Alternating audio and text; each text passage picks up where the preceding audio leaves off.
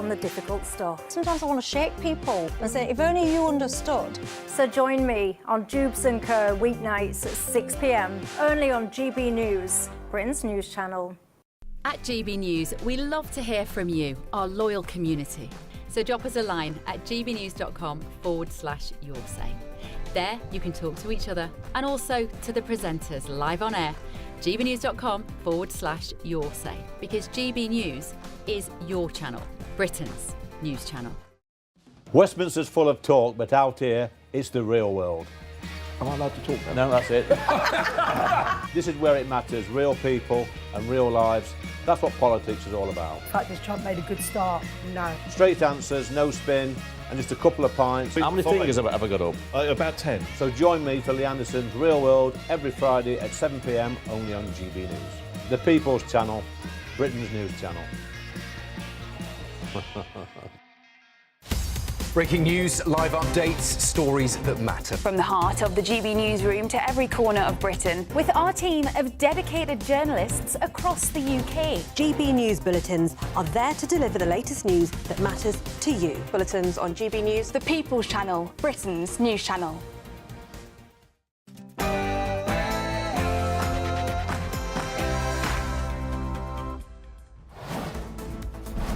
Good afternoon, Britain. It's 12 o'clock on Wednesday, the 6th of May. I'm Nana. And I'm Mark White. Welcome along to the programme. Well, let's cross live now to Hyde Park, where the King's Troop Royal Horse Artillery will fire a 41-gun royal salute to mark the King and Queen's coronation anniversary. It was quite a wonderful thing, but it's quite a few years ago. I can't believe how long ago that was. And it's one of two gun salutes that are taking place. This first one coming up now at midday, that is going to be the King's Troop Royal Horse Artillery, who will fire a 41-gun salute, and then that will be followed at 1 o'clock by His Majesty's Tower of London taking place there with the light artillery guns firing a 62-gun royal salute. So any second now, the first of those guns will be fired. Let's have a listen.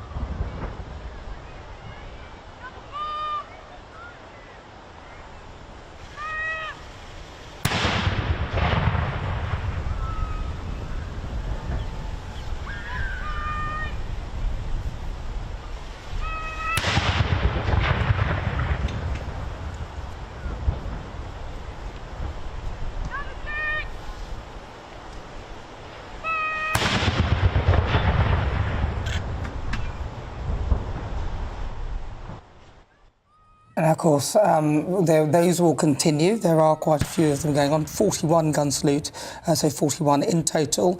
And HRH, His Royal Highness, the Princess Royal, Her Royal Highness even, will be among the guests attending this Hyde Park salute, and they'll carry out an inspection of the regiment immediately following the firing of the guns. And the inspection is to ensure that the troops' readiness for what will be a very busy summer of ceremonies. Now, their first major event will be the firing, and here we can hear it now, and at the state opening of Parliament next week. If you are a visitor to London, this must be the most spectacular of spectacles. To come across this, you know, well, let's go and visit Buckingham Palace today, and then suddenly you see this ongoing in Hyde Park. It's just incredible. It's something we do so well as a nation. And I mentioned just before, of course, this is one of two Royal Gun salutes that are taking place to mark the coronation 3 years ago. Incredible to believe that. But we are also going to have a 62-gun Royal Salute, and that will be the Honourable Artillery Company at the Tower of London at 1 o'clock. So you could watch that Mind you, you've no chance of getting through London traffic, but, you know, you could try and get to the Tower of London for 1 o'clock. And I hear what you're saying as well, because if you're a tourist, you've come in, you've seen that. Because before all of that, 71 horses were pulling the 6 World War era £13 field guns over the grass. So you'd got a vision of all of that and all the costume, and it's wonderful, isn't it? Yeah, and the bands will be playing That's as well. right. I mean, it's just, as I say, it's the most amazing spectacle. It really is. All right, we'll come back to this at 1 o'clock for the second of these salutes. It's just gone 3 minutes now, fast approaching after midday. And our top story, the government has announced a new crackdown on Iran-backed criminals, including custodial sentences of up to 14 years under new laws set to be included in the King's speech. Agents of Iran will be treated as foreign spies. Now, all of this is part of plans to get tougher on the rise in anti-Semitism across this country, with the Prime Minister promising to rid the UK of Iran-fuelled hate. Our message to Iran or to any other country that might seek to foment violence, hatred or division in society is that it will not be tolerated. So do these new measures go far enough, or is the government still falling short? Well, let's speak to GBNews' political editor, Christopher Hope, who joins us now. So, Christopher, tell us a bit more about the measures that the Prime Minister was planning to put in place. Well, it's day 2 of this government's whole of society assault on the scourge of anti-Semitism. Yesterday, we had the Prime Minister meeting in Downing Street with 90 members of the community, you might call it, members of the CBI employers group, trade unions, universities, vice-chancellors, 5 members of cabinet. This is a response really to the stabbings last week in Golders Green. The Met Police Chief Mark Rowley saying he thinks the police can't do it on their own. He's saying it needs everyone to step up, and that's what we're seeing now today from the government. Yesterday, plans to deal with the Arts Council funding for anti-Semitism groups. That will end and money clawed back. Universities must set out where anti-Semitism occurs on their campuses, almost publish information which could be a league table of Jew hate on campuses. That could come in coming months. Again, detail to be established by the Department for Education. And now the government's talking about 14 years in prison. They're looking, it seems, at some measures in the King's speech next week, which is likely to ensure that the IRGC, the Iranian Revolutionary Guard Group, which is allowed to operate in the UK, will be proscribed, but a law must be passed because that body is part of a state. The Met Police is also establishing a kind of, not quite a police force, but a sub-unit of the Met Police of 100 officers to try and keep the community safe, notably in North London, and money is being tipped towards it by the government. So again, it's as the government said yesterday, they're accelerating this whole of society response to the scourge of anti-Semitism. Of course, the attack on Golders Green was a year ago and happened, in fact, during Prime Minister's questions, where I was in a building behind you. Other politicians have been reacting to this. Kemi Badenoch, the Tory leader, here's what she says. I think that this is a step in the right direction.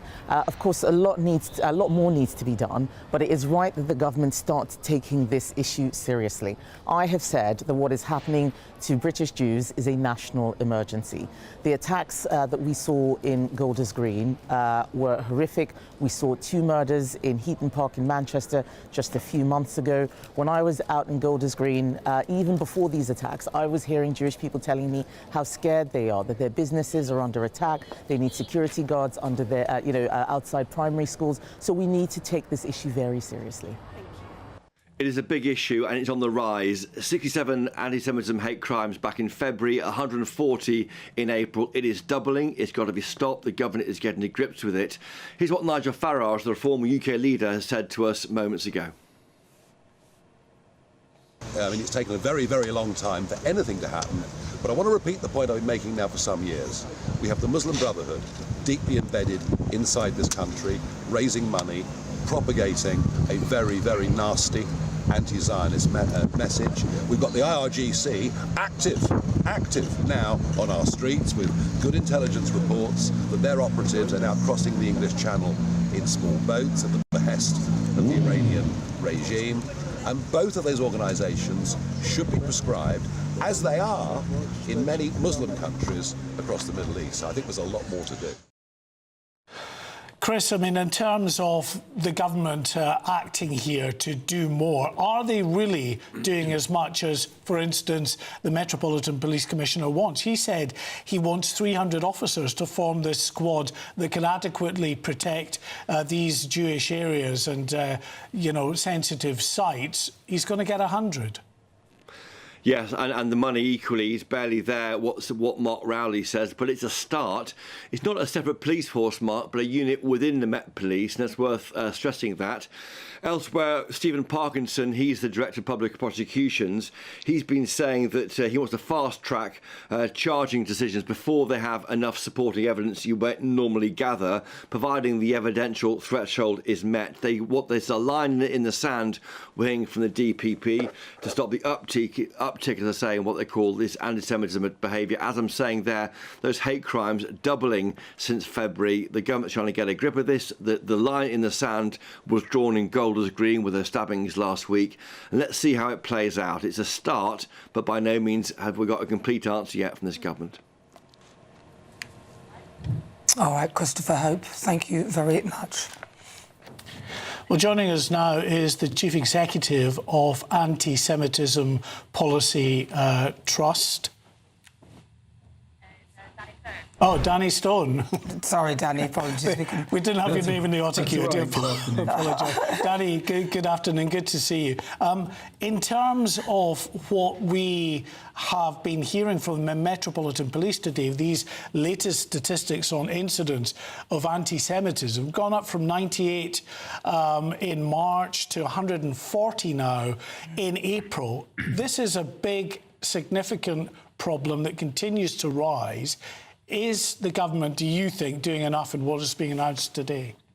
Yes. Well, thank you for having me on. It has been a big problem for some time. The incident figures have been rising over many years, and whether that be the advance of social media, whether it be anti-Semitism in political parties, not enough has been done. Now, the government has been moving to act on this. I was in Downing Street yesterday, and there were a number of different discussions about different areas, health, culture, media and sport, civil society, where government could act. And certainly in the round table that I was on, more than 20 actions were noted for government to take just in that one area, that one space. So there's certainly more that can be done, but some of these announcements over the past couple of days, you know, the Arts Council will be looking at what it's been funding and looking to claw back money where there is anti-Semitism. The police, additional police, that is welcome. I know that Mark Rowley says it's not enough, but that is a welcome move, and we'll see what else the government brings forward in the next days and weeks. You say we'll see what else they bring forward. What would you like to see them bring forward? Well, I made the case very clearly and directly to Minister Narayan yesterday, who's the technology minister, that we need action on online hate. There is an Online Safety Act of Parliament. There are gaps in that act, so it's not as effective as it could be. But technology is developing all the time with the advance of AI and other systems. We need legislation that keeps pace with that. And people are finding constantly new ways to inflict harm on Jewish and indeed other people. And our legislation and our regulation needs to keep up with that, and I am not convinced that the government has done anywhere near enough in that space yet. And in 10 days' time or so, we've got that march that's taking place in London with many supporters, of course, of Palestine and those who are trying to highlight the plight of people caught up in Gaza. But in amongst that, we know there are the inevitable chants that effectively are so troublesome. Would you go as far as calling on the government to ban that particular march? My approach is nuanced insofar as I think each march needs to be taken on its kind of its own merits or otherwise. So we need to look at the intelligence around that march. I do think that there needs to be equitable policing. So it is unacceptable for people to be chanting "globalise the Intifada," for example. If that happens, I would expect there to be arrests and prosecutions, because we know what globalising the Intifada looks like. We've seen it on the streets when Jews have been murdered. I don't support a full, like the government's advisor on anti-Semitism, Lord Mann, I don't support a full ban, but I do think that where the government has taken action before to ban marches like the Al-Quds Day March, that has been merited. My main challenge is to the organisers of these marches. They have done little to nothing to address the anti-Semitism in their midst. It's not good enough. It's unacceptable. And if necessary, they should be hauled in by the police and by the government and given very clear warnings about what it will mean for their marches if they allow that anti-Semitism in their midst. All right, Danny Stone, thank you very much. He's the Chief Executive of Anti-Semitism Policy Trust. Thank you so much. Well, Britain's long-term borrowing costs have reached a 28-year high as fears grow over the economic fallout from the Iran war. Government borrowing costs were already rising before the conflict in the Middle East, but the war has intensified fears of a fresh inflation shock, with soaring energy prices fueling expectations of further interest rate rises. Well, joining us now is economist at the Adam Smith Institute, Michelle Palmer. Michelle, thank you very much for joining us. So what is causing these huge borrowing costs? Is it mainly driven by government policy, or is there something else that they can then sort of, Rachel Reeves can blame on a global situation that's beyond her control? So certainly the recent increase is largely because of, inflation shocks, and part of those inflation shocks is they're going to hit the UK harder than most other parts of the world because of our energy system being so expensive.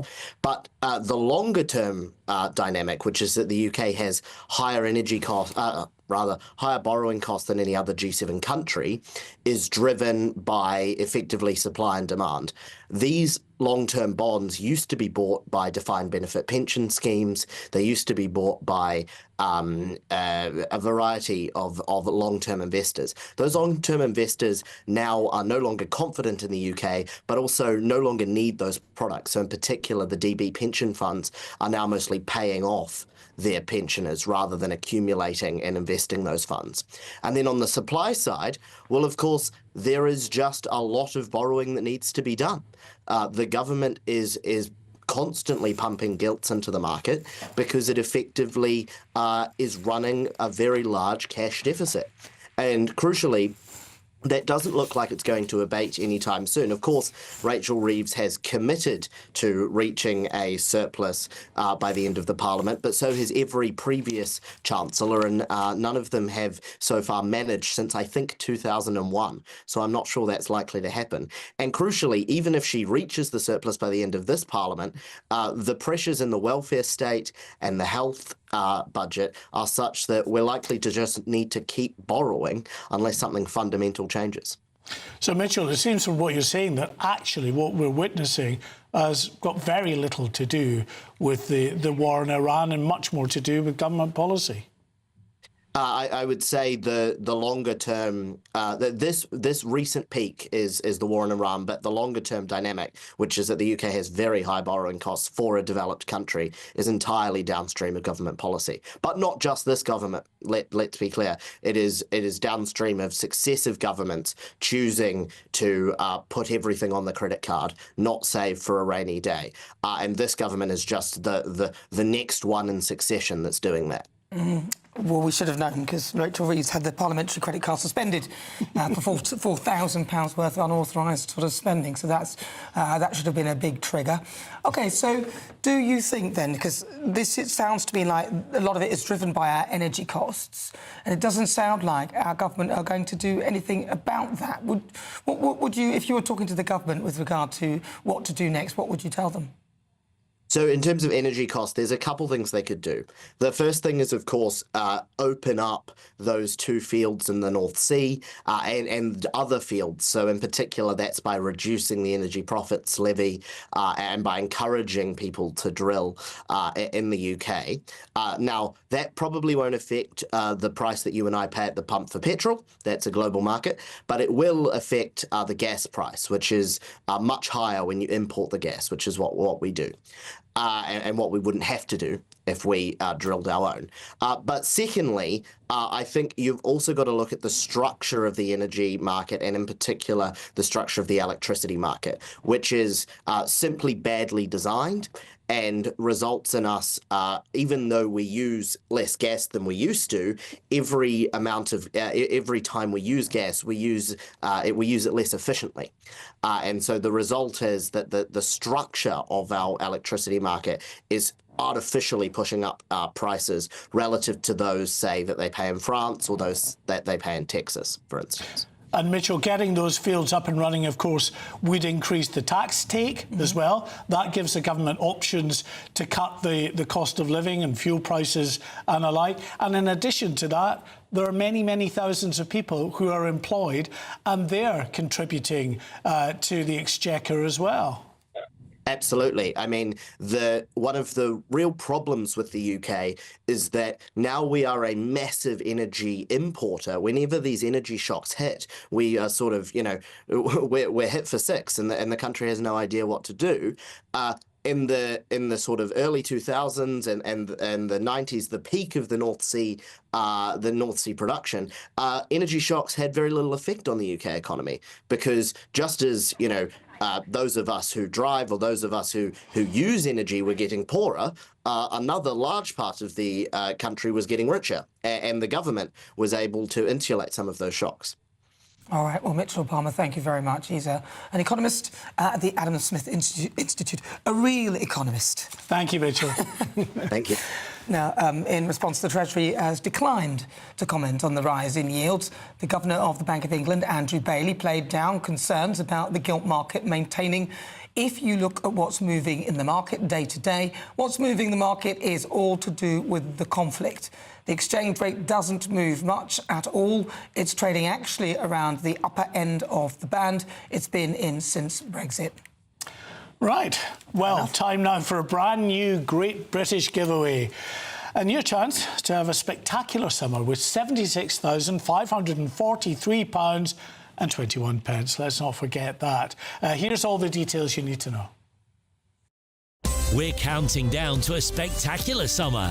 It's your chance to win £76,543 and 21 pence in totally tax-free cash. A lump sum that you could have in time to splash out with this summer. Imagine all the things you could do with that cash. Give the garden a glow up, max out on a new motor, or just make sure the coming year is your year. And because it's tax-free, you get to keep every single penny for a chance to win £76,543 and 21 pence in tax-free cash. Text cash to 63225. One entry costs £2.50 plus one standard network rate message. Or text bonus to 63225. 5 entries cost £5 plus one standard network rate message. Go to gbnews.com/win. Entries start at £2.50. Call 0903 686 3232. Calls cost £2.50 plus your network access charge. Or post your name and number to GB21 PO Box 8690 Derby DE1 9TT. UK only. Entrance must be 18 or over. Lines close at 4 p.m. on the 26th of June. This is a network giveaway. Entries will be pooled. Please check the closing time if listening or watching on demand.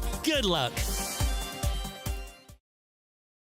Yes, good luck indeed. Now, it's just gone 20 minutes after midday, and just over 96,000 asylum seekers from Afghanistan, Iran, Iraq and Eritrea have arrived in small boats between 2018 and 2025.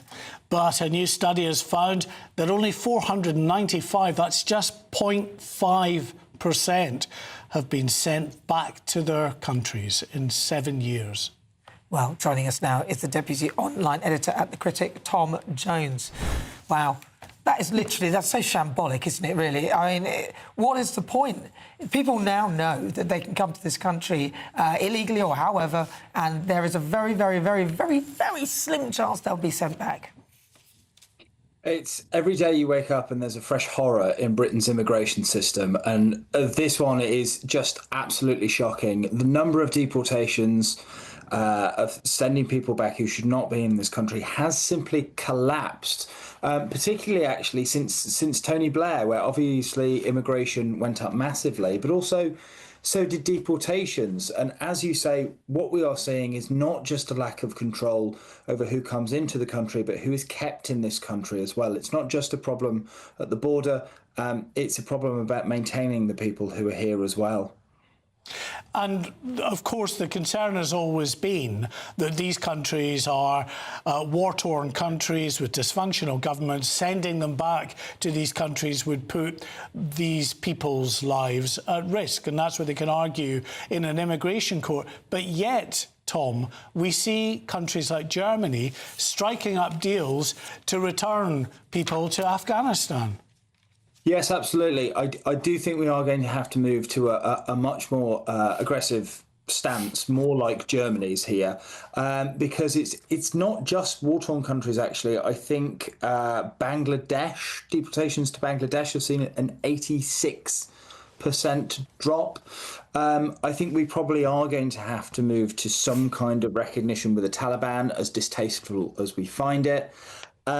And of course, we are also going to have to look at overhauling the ECHR, which is the legal mechanism that a lot of these people are using to mount ceaseless challenges to keep themselves in this country.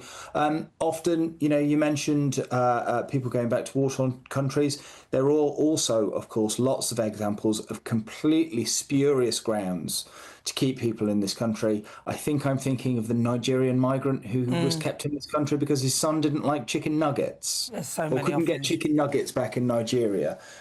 So really, we are being taken for a ride in this country, and this system is simply on the verge of collapse, frankly. It has no public buy-in, it has no public support, and it is increasingly burying governments much, much quicker every time a new government comes in. But isn't this a lot of our own making? Because other countries following the similar legal structures using the ECHR are able to send people back or not allow people to roam freely. Like Greece, they don't allow them to roam freely. In fact, when I went to Greece, they said, well, we're holding them back because they all want to go to you in the UK. So why are we interpreting the ECHR in a manner that is so self-destructive? Well, I think we have a system of government that is much less friendly to simply overriding judicial decisions. We have a much more, I think, litigious culture, partially imported from America, that means we're not quite willing to do that sort of thing. I think one of the interesting things is, at the minute, Shabana Mahmood is introducing a package of reforms, obviously, to migration. One of those is to move towards a one-stop appeal system that is designed to stop legal challenges from dragging on, being used to delay removal. Part of that is limiting fresh claims. So one of the problems we've seen is when people are just on the verge of being deported, they will put in new claims with new evidence that's often spurious or being withheld. That will be limited. And the other thing we're seeing is actually the UK government is looking at stopping granting visas to people from countries that do not improve cooperation on removals. And that's already worked with Angola, Namibia and the DRC to get them to work with removals. And we'll see what comes of that and whether they extend it to other countries as well.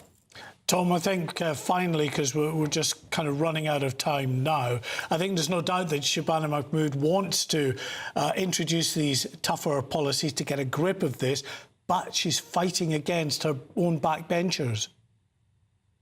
Yeah, absolutely. I mean, she is really at the mercy of her backbenchers to get this through. This is not a problem that Labour have. It's not a problem that they want to solve. I was reading a piece in our magazine recently from our political editor who was watching the Immigration Minister Mike Tapp at a Home Affairs Select Committee, and somebody talked to him about challenged him on these immigration reforms and asked him, so it's just a cost-saving exercise then, which of course it is because this system is costing us billions and billions and billions of pounds, and there is no control at the border, and the downstream consequences of that are costing us billions of pounds every year. All right, Tom Jones, thank you very much. He's the Deputy Online Editor at The Critic.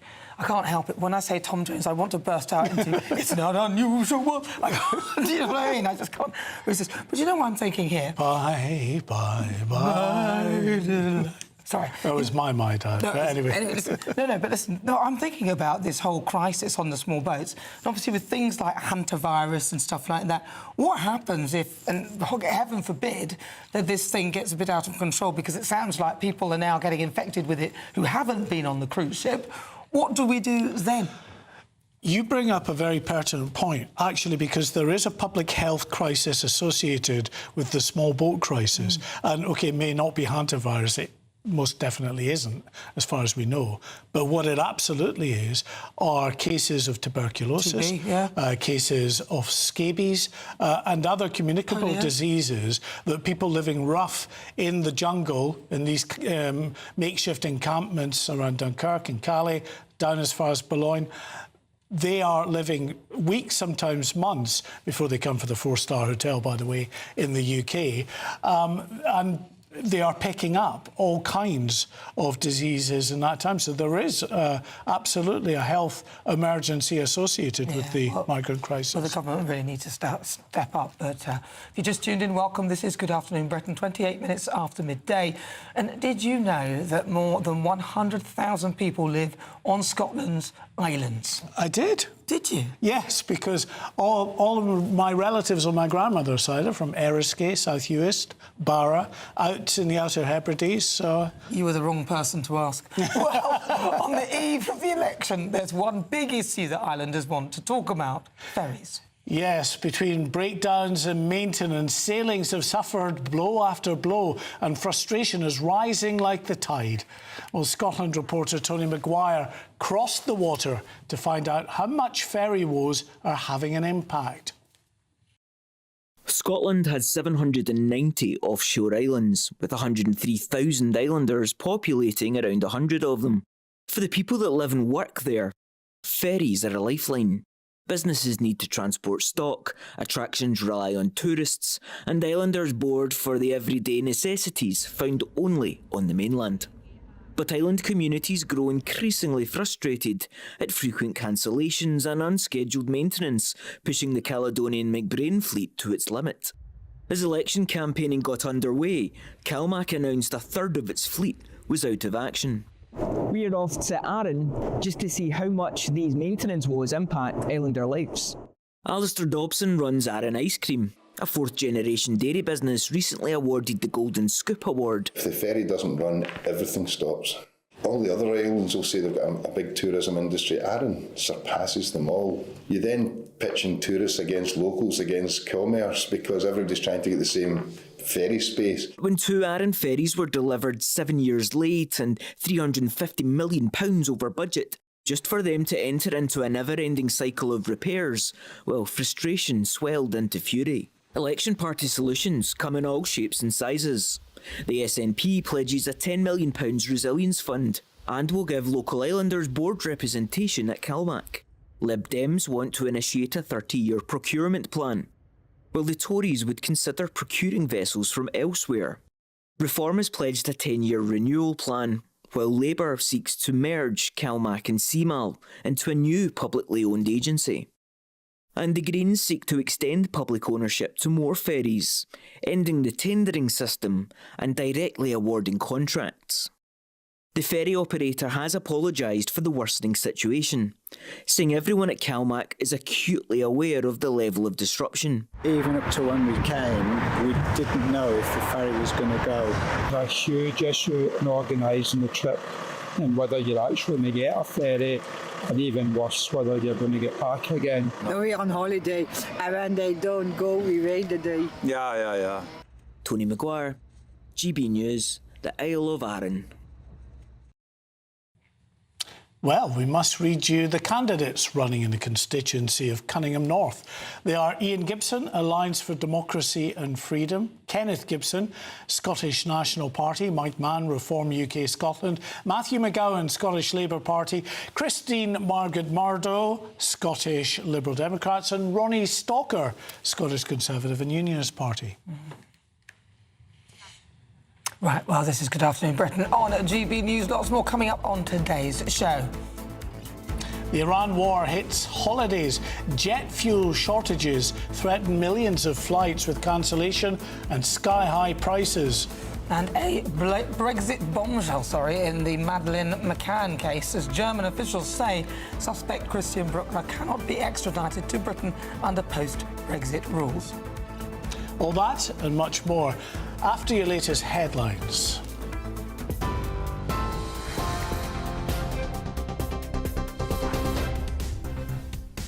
Very good afternoon to you from the newsroom. The top stories at 12:30. A 56-year-old British patient is among 3 who have been evacuated from a cruise ship hit by a hantavirus outbreak.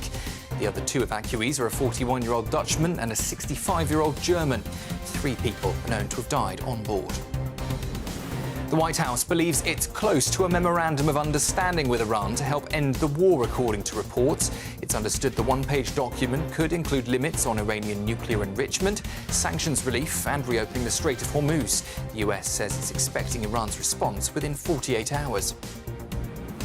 A number of pilot projects have been taking place across England, trying to get more people to vote in local elections. Polling booths opened in Cambridge, North Hertfordshire and Tunbridge Wells last Thursday, allowing people to vote over the bank holiday weekend. The Met Police is launching a new protection team to help safeguard Jewish communities in London. 100 extra officers will focus on areas facing hate crime, terror threats and hostile state risks. It follows arson attacks at Jewish sites across the capital and the recent Golders Green terror stabbing. And the Princess of Wales is returning to international royal duties for the first time since facing cancer. Catherine will travel to Italy next week for a solo working visit focused on early childhood. Kensington Palace says she is very much looking forward to the trip. Those are the latest headlines for now. Full roundup with the lunchtime news at 1. Take the GB News family with you on any device. As long as you have an internet connection, tune into GB News anywhere on the planet or beyond.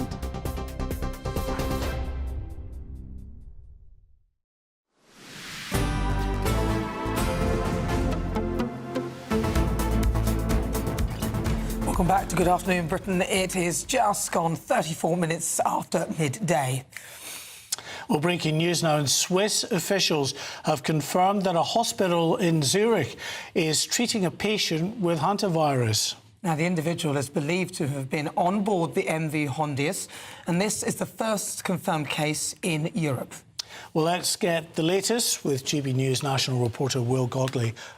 Will, yeah, I mean, a worrying development, this, absolutely. Yeah, so this is an update from Swiss authorities. They say the man in question had been in South America on board this trip. He had then travelled home to Switzerland. He was travelling there on the ship with his wife. He then, once appearing in or arriving in Switzerland, started presenting symptoms of this virus, went to his GP, who then immediately referred him to hospital, the University Hospital Zurich. Those symptoms there, he had, they realised he had this virus, and then he was immediately placed into isolation, and that is where he is at the moment. And the government in Switzerland say at present there is no other danger to the public, but at the moment they are going through contact tracing, trying to work out if he had had any other possible contacts with anybody whilst he was ill and incubating this virus, so they can stop it spreading any further. As I say, his wife was also on this trip with him. She isn't yet presenting any symptoms, but just as a precaution, she is isolating at the moment. But yes, a very worrying development at the moment. Do they, out of interest, I mean, you may not know this, but do they have a test for hantavirus, or is it simply displaying their final symptoms? Because the initial symptoms are just like a cold. So you'll be coughing, sneezing, do all the things you would with a cold, and then, of course, the further ones are, you know, I won't go into it because it's quite graphic and nasty.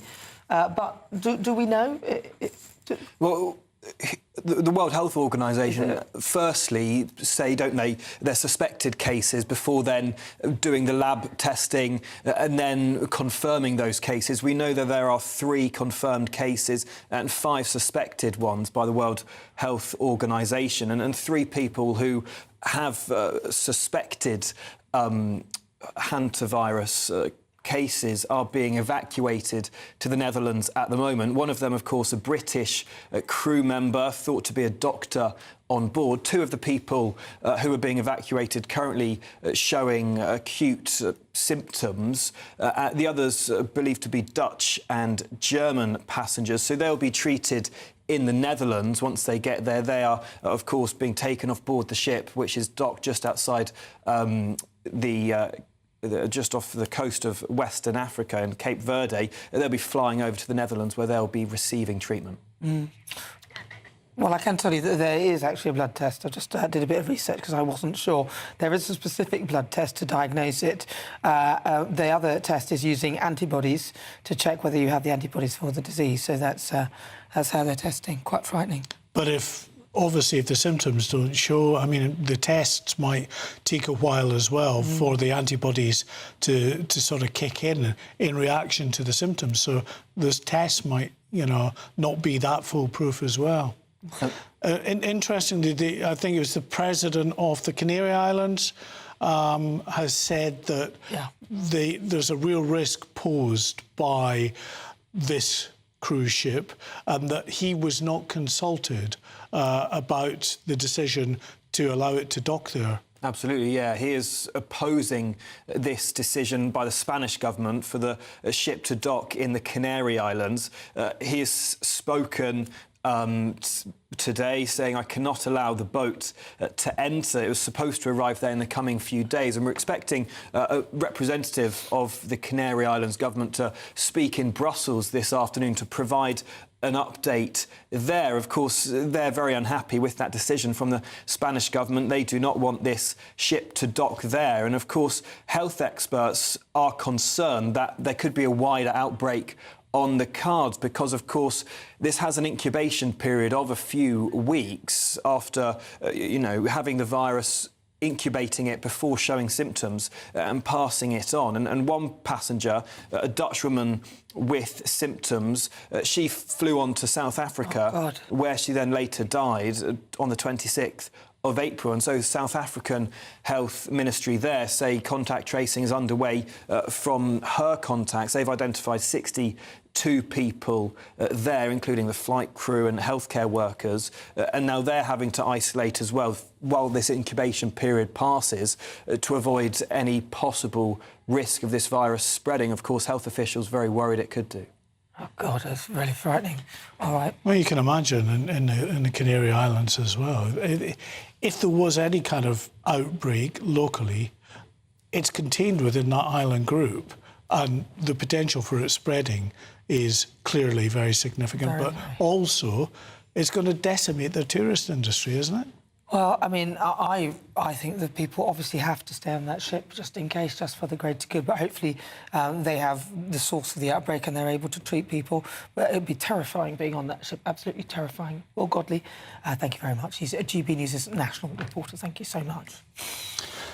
Well, nearly 20 years on from Madeleine McCann's disappearance, and now another major twist. German officials say that the main suspect in the case, Christian Bruckner, cannot be brought to Britain for trial because of Brexit and Germany's constitution. Well, the Met Police is still pushing for answers, but critics are now asking whether justice has hit a legal dead end. Well, joining us now to discuss this is senior global reporter of the Mail Online, Nick Pisa. Nick, thank you very much for joining us. So, the Germans have made changes in their constitution to accommodate certain things. Surely they could look at this case in particular and perhaps make a slight amendment.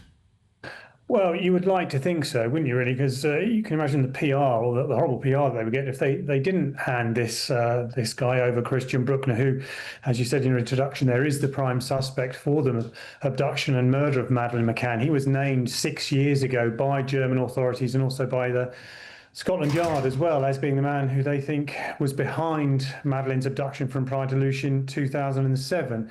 But, obviously there is this quite significant development almost 20 years on from that. But at the same time, realistically, is it likely to happen? I do have my doubts, which is such a shame for Madeleine's parents, Kate and Jerry, because obviously they want some closure. They want to try and know what happened to their daughter. But yeah, as you said there is this problem with the extradition from Germany to the UK if it happens. But yeah, I mean, presumably, as I said, they don't want any bad PR. So can you imagine if they don't hand him over? But I did speak to the prosecutor involved in the case in Germany, and he said to me that he thought it was a lot of, quotes, hot air, actually, and that he couldn't envisage it happening at all. Yeah, I mean, you've been over to Portugal many times over the years, Nick. You're well versed in this case. There is a lot of evidence, and some of it quite compelling, but it does fall into the category of circumstantial evidence, doesn't it? Yeah, you've hit the nail right on the head there. That's the problem. There is a lot of circumstantial evidence. We have his phone pinging off a phone mast close to the Ocean Club Villas apartments where the McCanns were staying back in May 2007. He fits the character or the modus operandi of a paedophile. He's got convictions for paedophilia. He's also a convicted rapist as well. Also, his name has cropped up several times in this investigation, most notably a guy called Helge Busching, who was a friend of his and who rang Scotland Yard and tipped them off about him. And he said that a year after Madeleine disappeared, he was with Christian Bruckner at a kite festival in Orgiva near Spain, and they were talking about what happened. And Christian Bruckner allegedly turned to him and said, yes, it was strange that she didn't scream. And I've spoken to Helge about this several times, and he told me that their eyes met, and then Christian Bruckner suddenly turned away and dropped the conversation, and the following day he disappeared, and he wasn't seen again afterwards by Helge since then. But Helge was so suspicious of that call that he initially in 2008 tipped off private detectives that the McCanns had brought in, but he never heard back from them. And then again, when there was a fresh appeal in 2015, he contacted Scotland Yard and they flew out to Athens to interview him. And that name was then given to Scotland Yard, who gave it to their counterparts in Germany. It's just so sad, so tragic to see this pictures of this beautiful young child. I mean, it's absolutely abhorrent. Well, as you said, I mean, it would be just... I don't know how the Germans would get around the PR of not releasing him so that he can be tried in the UK. Yeah, well, the prosecutor said to me, that's a guy called Hans Christian Walters, when I spoke to him, he said to me, look, you know, if it was going to a European country, Spain, France, Italy, wherever, he said absolutely no problem at all. In fact, he then told me that they had extradited people to Spain only recently from his jurisdiction, his legal jurisdiction. But he said with the UK, it would be a major hurdle. It's difficult to see how they would get over it, because Article 16 of the German Constitution does forbid extradition of its nationals to non-EU countries. But then again, we turn back to what we discussed at the beginning. You know, it would be incredibly bad PR for them not to hand over this guy and for him to be tried. But again, the prosecutor in Germany said to me, you need, as you probably are aware, an arrest warrant. And to have an arrest warrant, you need evidence. And he says that they have shared their evidence with Scotland Yard, and Scotland Yard have shared what they have with the Germans. And he says it's just not strong enough to bring a case. Now, whether they feel that what they have in the UK or what the Met has is possibly strong enough to put in a British court, or they wanted to go to the Old Bailey, don't they? It remains to be seen, really, doesn't it? Yeah. All right, Nick Pisa, thank you very much. He's a senior global reporter for the Mail Online. Yeah, so, I mean, such an awful case. The fact is, you know, with Christian Bruckner, they're absolutely convinced he is their man. He was a handyman in Praia de Luz for a number of years, but he was also known as a sort of opportunist burglar. He would look for apartment buildings with open windows, go in and steal according to the authorities, and, you know, he was absolutely in the area at the time that Madeleine disappeared. All right, well, listen, we'll follow that story very closely. But this is Good Afternoon Britain on GB News. Lots more coming up on today's show. This Iran war hits holidays. Jet fuel shortages threaten millions of flights with cancellation and, of course, high prices. But first of all, if you're on set for some holiday sun, you better go now where the prices are still cheap. Well, you can get a flight. If you can, yeah. Here's the forecast of some of the top European destinations. dinner under the stars tonight? That reminds me of our travel insurance. You mean All Clear Skies? All Clear Travel Insurance sponsors GB News Travel Destinations forecast. There's some very unsettled weather around central parts of Europe at the moment. Severe thunderstorms bringing heavy rain, hail and lightning. A little bit of a respite as we go through tomorrow. That being said, still quite wet over eastern parts of Spain, and some of that rain feeding into the Balearics as well. Meanwhile, across more central areas, less intense rain-wise compared to what we're seeing at the moment, but some of that rain is going to pep up a bit further as we go towards the end of the week and the weekend. Bye-bye. All Clear Travel Insurance sponsors GB News Travel Destinations forecast. Good morning, welcome to your latest GB News weather update brought to you from the Met Office. A cooler day today than yesterday. Some showery rain here and there, but I think for most of us it should stay dry but fairly cloudy through the day. We've got high pressure dominating throughout the rest of today. Low pressure not too far pushing into parts of Scotland by the end of the day, but that means light winds, so it's going to feel relatively warm in any sunshine, but we are going to see pretty limited sunshine. Quite a lot of cloud around, as you can see, some thick enough to bring a few showers across eastern areas of England. Could also see some quite heavy showers across the southwest of England, southwest of Wales as well. So temperatures a little bit lower than yesterday, but still reaching 15 or 16 degrees across the south coast of England. Cooler than that further north, and it will remain cool into this evening as well. Now that low pressure's moved closer by the end of today, so heavier rain moving into parts of western Scotland, patchy rain for parts of the central belt down into parts of Northern Ireland as well. Should be dry elsewhere, but still relatively cloudy, particularly over high ground and in coastal areas across eastern areas of England. A few showers still across parts of East Anglia. The showers across the southwest should ease by this evening, but skies will become clearer, so that will allow temperatures to fall away once again. We had a frost last night, and we are expecting another frost tonight, particularly across eastern areas of northern England, down into the Midlands as well by Thursday morning. Elsewhere, there should be quite a lot of cloud around, but we're still going to be in those low single figures to start the day, so quite a fresh start. Some brighter spells around though, particularly where we do see any frost. There may be some mist and fog around too. And then things do start to change across the northwest. A windier day to come on Thursday across parts of north and western Scotland. Outbreaks of showery rain pushing across much of Scotland and to some northwestern areas of England too. Elsewhere it should be dry, relatively bright and a little bit warmer. Have a good day. Bye-bye. Thank you, Britain, for making GB News Radio such a huge success. Whether you're in the car, on the go, or listening at home, thank you for choosing us as your radio station. Good afternoon. This is the latest AI travel news from gbnews.com. On the A5036 southbound in Sefton, between junctions with the M57 and the A5038, congestion causes 10-minute delays. The M4 westbound in West Berkshire between junctions 14 and 15 has one lane closed due to a crash. Eastbound on the M4 in Wokingham between junctions 11 and 10, load spillage blocks one lane. Similarly, the M3 eastbound in Hampshire between junctions 9 and 8 has a lane shut for load spillage recovery. And on the trains, Avanti West Coast and Cross Country face major disruption between Wolverhampton and Stafford. For more travel news, go to gbnews.com.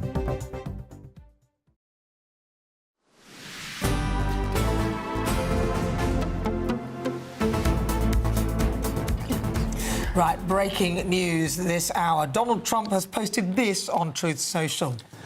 He says, assuming Iran agrees to give what has been agreed to, which is perhaps a big assumption, the already legendary Epic Fury will be at an end.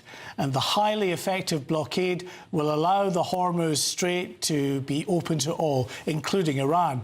If they don't agree, the bombing starts, and it will be, sadly, at a much higher level of intensity than it was before. Thank you for your attention to this matter, President Donald J. Trump. Wow. Gosh. But, you know, he will post this from time to time. He's just amping up the pressure. Iran can choose to try and do something and get serious about the talks or ignore it. And then there is the possibility that there will be more bombing. I don't think that President Trump wants that. I think the White House probably feel they've achieved their goals, that they've degraded Iran's capability to be a significant threat in the region. But you've still got the Strait of Hormuz, which is that real sticking point. So, well, yeah, I suspect that you know, the reality will be whether the strait is actually open and whether people can get their ships through, and whether the insurers are prepared to insure ships to give it a go, even if they do have an escort. Yeah. And if the ships are going through, then who's going to be escorting those ships? Because you know, we don't want to see bombs hitting millions and millions of barrels of oil in the sea, because that's quite a disaster. I think, Nana, that actually the threat of a renewed bombing campaign versus actually the economic stranglehold of not letting Iran's oil and gas tankers out of the area, it's that stranglehold that is hurting them the most. Of course it is. Well, listen, we'll bring you more on that. But right now, airlines have pulled millions of seats and cancelled thousands of flights as the fallout from the Iran conflict begins to hit global travel. And now there are fears a further 85,000 flights could reportedly be axed by June. Yes, fears are growing that jet fuel supplies could fall to critically low levels as disruption to key oil routes intensifies. Well, let's hear now from the CEO of Business Travel Association, Clive Ratton. Clive, the government were kind of reassuring us, saying nothing to see here, keep calm and carry on. But now we're hearing that actually maybe we're getting to the point where there is a problem. Well, yeah, it's interesting. It's obviously an evolving situation, and your last news article about the Hormuz Straits opening will impact this. But the numbers that are being quoted today around the cancellation of flights, I think we need to put a bit of perspective on it first up, that a lot of those flights are Middle Eastern-based flights. Obviously, at the moment, the Foreign Office has the UAE is a no-fly zone, so the likes of Emirates and Etihad have lost a number of seats. Turkish Airlines have reduced a lot of seats, but what we're not seeing is seats being cancelled, particularly out of the UK at the present time. The likes of EasyJet and Jet2 are still operating. Fuel supplies clearly at the moment are still okay. If this continues, it will change. But I think, you know, the headlines are slightly misleading if you're looking at it from a UK perspective, that from here, most of the carriers that operate out of here, whether they British carriers or European carriers, overseas carriers, are continuing to operate as normal. The impact will be, of course, on some of the higher prices that we're seeing. But again, many people booked their holidays will be protected from any flight increases. So it is clearly an issue. But from our side of things, we're seeing at the moment that, you know, it's still very much business as usual, but with obviously a very close eye on how things are developing from a fuel supply perspective. Yeah, I mean, the longer it goes on, though, the more threat to potential disruption there is. And I think, despite your soothing words there, Clive, I honestly think there will be lots of people who are looking with trepidation at the potential for their flights just not to get off the ground.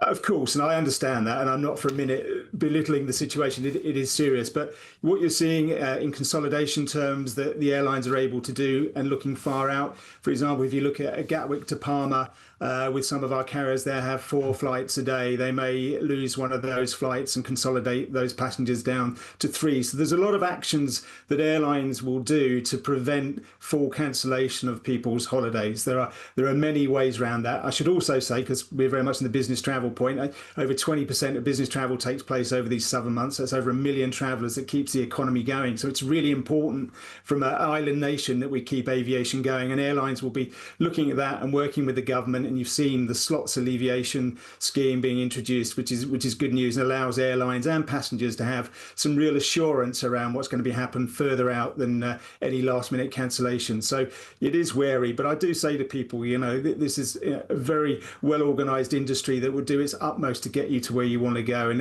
you know, holidays are vitally important, and we hope that we can, you know, manage that as best we can with little disruption. But every day it goes on, of course, as you rightly say, you know, it gets a little bit more difficult. All right, well, listen, Clive Ratton, thank you very much for that. He's the CEO of Business Travel Association. Thanks so much. I'm glad I took my holiday a little bit earlier. I've already been away, because I like what you're saying, but I'm not fully convinced, because when it gets to this sort of crucial point, it'll be suddenly no more flights. It'll be like that one. Well, yeah, I mean, I'm due to go off for a few weeks, end of June. beginning of July. So I am a bit concerned, I have to say. Well, OK. Well, look, is the government giving the airlines maybe, that sort of cover to be able to cancel some of these flights? That's what I fear. Well, this is Good Afternoon Britain on GB News. Lots more coming up on today's show. But first, let's go for a break. Why not?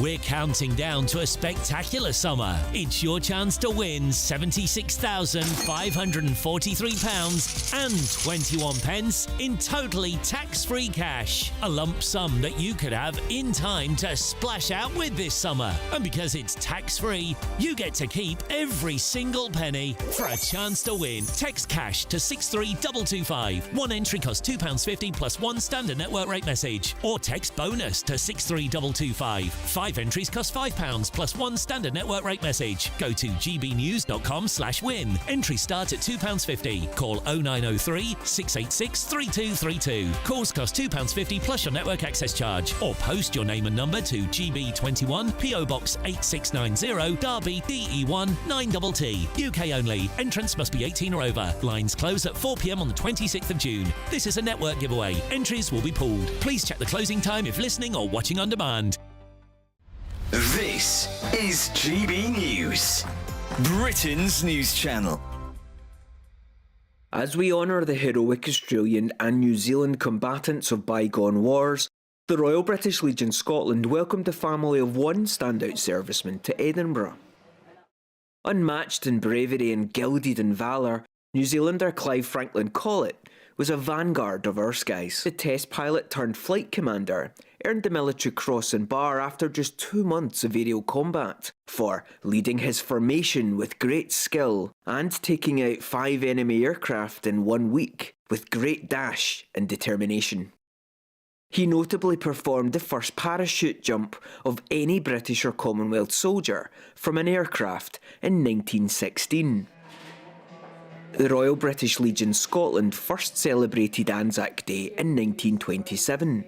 Events organiser Brian Ward explains the most recent chapter in the Scottish Legion's century of celebration. We first started doing Anzac Day services at the Scottish National War Memorial in 1927, so it's one of our longest running events. More recently, we have started doing the events in Commemorating Cemetery. We did a broadcast with the Australian Broadcasting Corporation to ask for the families of the deceased that's inside Commemorating Cemetery to tune into. And of the 16, I believe we got 8 families. Mandy says her pride goes beyond her grandfather's medals and commendations. I guess it's been a deep pride in who he was, not the fact that about medals or things like that, but the courage, the bravery, the attempt at a parachute jump, the first person to do a parachute jump for Britain in front of King George V and Queen Mary, and I thought, that's pretty special. GB News, the People's Channel.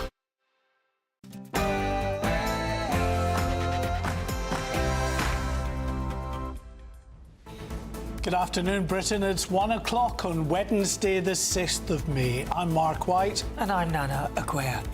Now, breaking news. Swiss officials confirm a passenger from the MV Hondius cruise ship is being treated for Hantavirus. It is believed to be the first confirmed case in Europe. Also in the programme, Britain cracks down on anti-Semitism with tougher laws, fast-tracked prosecutions and millions more for security. Under new plans, those linked to the Iranian proxy attacks could face up to 14 years in prison.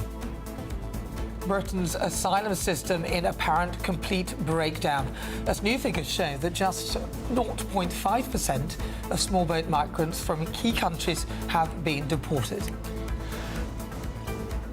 Civil servants accused of shirking from home, with claims some staff haven't been seen in the office for years. What a shock that is.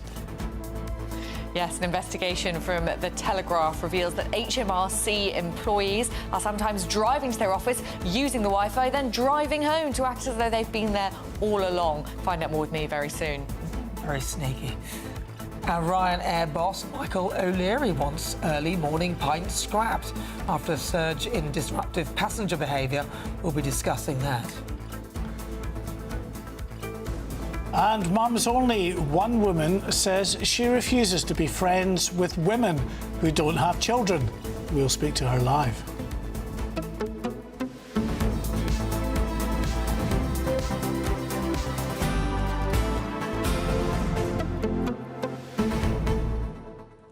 Well, what a surprise. Civil servants not fancying going into work and sort of trying to get out of it by some of them cadging onto the Wi-Fi outside the work, logging in and then...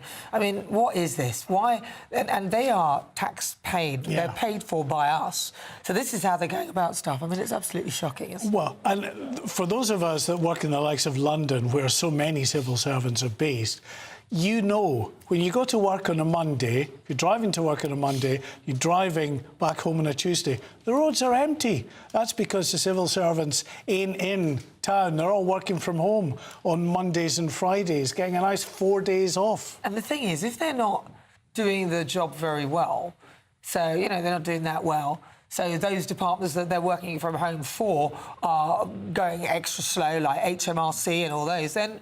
it's got to be productivity based. You can't work from home if you're not doing it. You're not working. Sack them all, Olivia. Sack them all.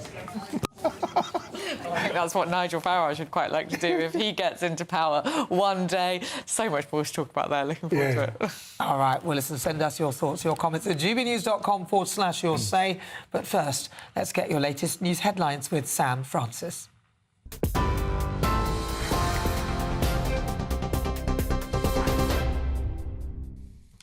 Mark, Nana, thank you very much and good afternoon to you. Well, the top story this lunchtime, growing concerns over the deadly Hantavirus outbreak after confirmation from Swiss officials that a person there has tested positive. We're also hearing media reports from France that someone who was not on the ship has tested positive there, and unconfirmed reports at this stage from Germany that a patient who was not in the on board that ship but has come into contact with a passenger has also tested positive. 3 people at this stage known to have died on board after the outbreak, and 3 more suspected cases still on board. That includes a British crew member. They have now been evacuated for treatment to the Netherlands, and it comes as a row is escalating over plans to let the virus hit MV Honduras dock in the Canary Islands. Spain says it's been asked by the World Health Organization and the European Union to take the ship in because Cape Verde cannot handle the outbreak. But the president of the Canary Islands says he cannot allow the vessel to enter without clearer information from Madrid. So just to update you on the latest that we're hearing regarding this outbreak, Germany, France and Switzerland now confirming cases of that outbreak, along with a number of other passengers on board the ship. Donald Trump is warning Iran that bombing will resume at a much higher level and intensity if Tehran refuses a deal to end the war. In a post on Truth Social, the president suggests the conflict could end and the Strait of Hormuz could reopen if Iran accepts what he says has already been agreed. But he adds that assuming Iran will agree is perhaps a big assumption. Meanwhile, an account linked to Iran's Revolutionary Guard says that safe, stable passage will be ensured through the strait with new protocols in place. It follows Trump's decision to pause the US operation escorting commercial ships through the Gulf after claiming great progress in talks. The Met Police is launching a new community protection team to help safeguard Jewish communities across London. 100 extra officers will be deployed in the first phase, combining neighbourhood policing, specialist protection and counter-terror capabilities. The force says that the Jewish communities are facing some of the highest levels of hate crime alongside terrorist and hostile safe threats. The announcement follows the government's £25 million funding package for protective policing, with £18 million of that allocated to the capital. Met Police Chief Sir Mark Rowley has said the team is an important step, but he has previously warned London needs at least 300 more officers to meet the scale of the threat. Conservative leader Kemi Badenoch has welcomed the action, but she says Jewish people should not be living under fear and intimidation. A lot more needs to be done, but it is right that the government starts taking this issue seriously. I have said that what is happening to British Jews is a national emergency. The attacks that we saw in Golders Green were horrific. We saw 2 murders in Heaton Park in Manchester just a few months ago. When I was out in Golders Green, even before these attacks, I was hearing Jewish people telling me how scared they are, that their businesses are under attack. They need security guards under their, outside primary schools. So we need to take this issue very seriously. Britain's biggest banks are facing calls to pay more in tax after making £13.8 billion in profits in the first 3 months of the year. Unions say Barclays, HSBC, Lloyds and NatWest are benefiting from higher interest rates, while households and businesses face rising costs. They want the bank surcharge increased after it was cut from 8% to 3%. The TUC says reversing the cut would raise around £9 billion over 4 years, while a larger windfall-style tax could raise significantly more. And the Princess of Wales is returning to international royal duties after her cancer treatment. Catherine will travel to Italy next week for a solo working visit with her Centre for Early Childhood. It will be her first extended official foreign trip in nearly 3.5 years. The Princess will visit Reggio Emilia in northern Italy to learn more about an approach to early years education focused on children's development and relationships. Kensington Palace says the visit marks an important step in taking her early childhood work onto a global stage. Those are the lunchtime headlines. Next, a look at the lunchtime markets. Taking the ups and downs in our stride. Stilts Home Lifts sponsors the GB News Finance Report. Just coming up to 8 minutes past 1, and the markets for you. The pound will buy $1.3628 and €1.1584. The price of gold is £3,445 per ounce, and the FTSE 100 is at 10,410 points. GB News Finance Report, brought to you by Stilts Home Lifts.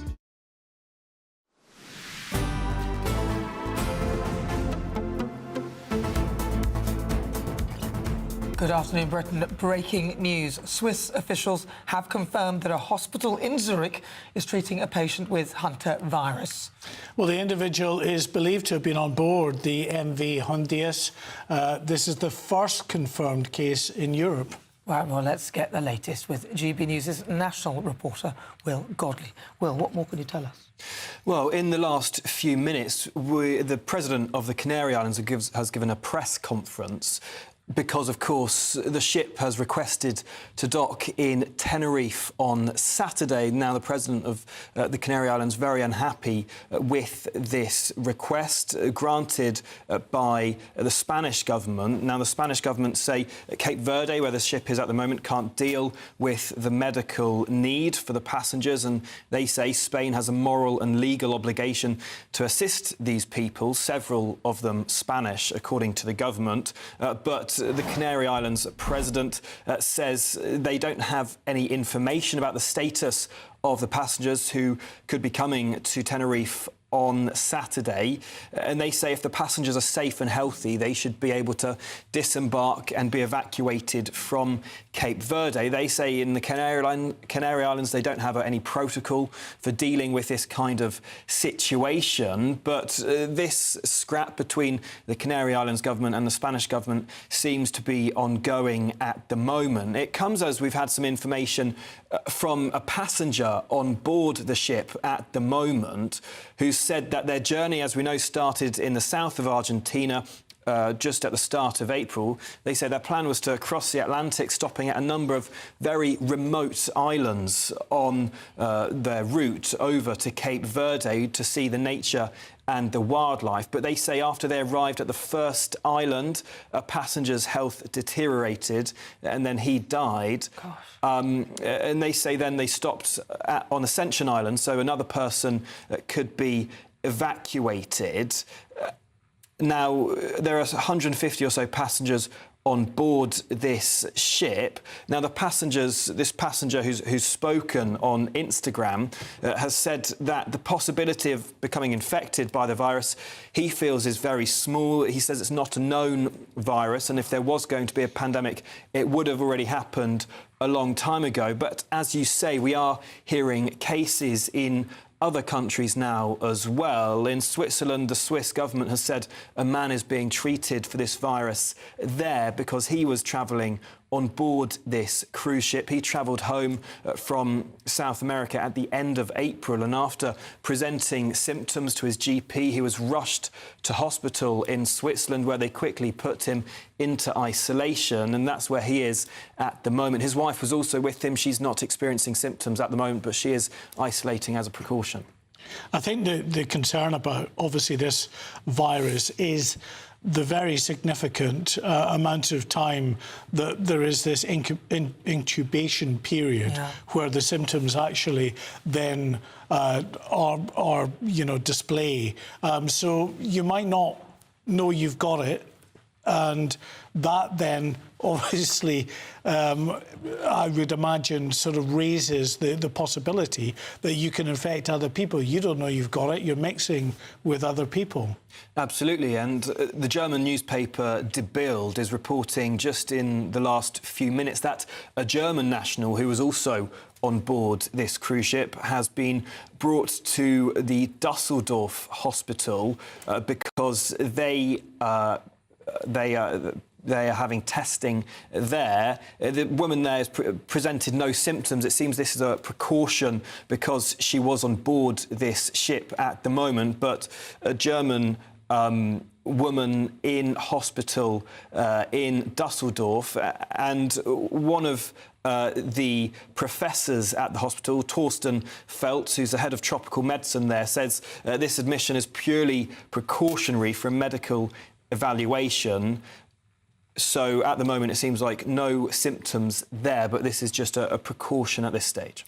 I think the problem with it is that there are loads of species of hantavirus, and there are a few that are human-to-human transmission. Majority of them aren't, but they need to work out which one that is, and until we know that.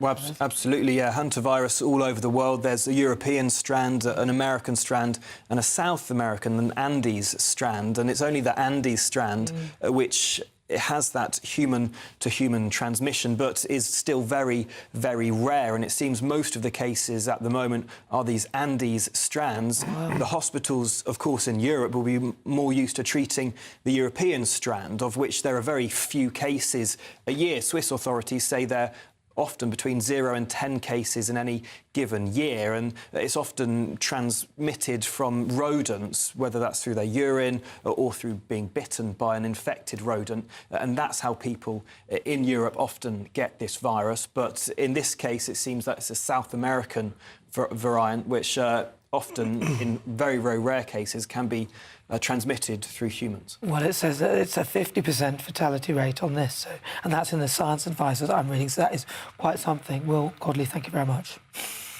I do think, though, that there is, a risk that there becomes almost like a sort of a national, international hysteria over this. As far as I'm aware, it's not highly contagious, is it? It's contagious, but it's not like coronavirus in terms of its ability. It depends which strand. So, as Will was saying, that the Andes version is the human-to-human transmission version of it, and those who are dying so far, that's what they've seen. That is the one that they have. But there are other strains which are you have to actually inhale that toxic rodent dust from it. So. The language they're using, though, is very close contact. So unlike COVID, where it's just, more than a metre away or something, this you'd have to be very, very close, perhaps even kissing for this virus to be contracted. Exactly that. So I just think we need to kind of get that into context as well. Well, yes, but you know what these viruses are like. They mutate and change as we have it. So you have to be very, very careful with them.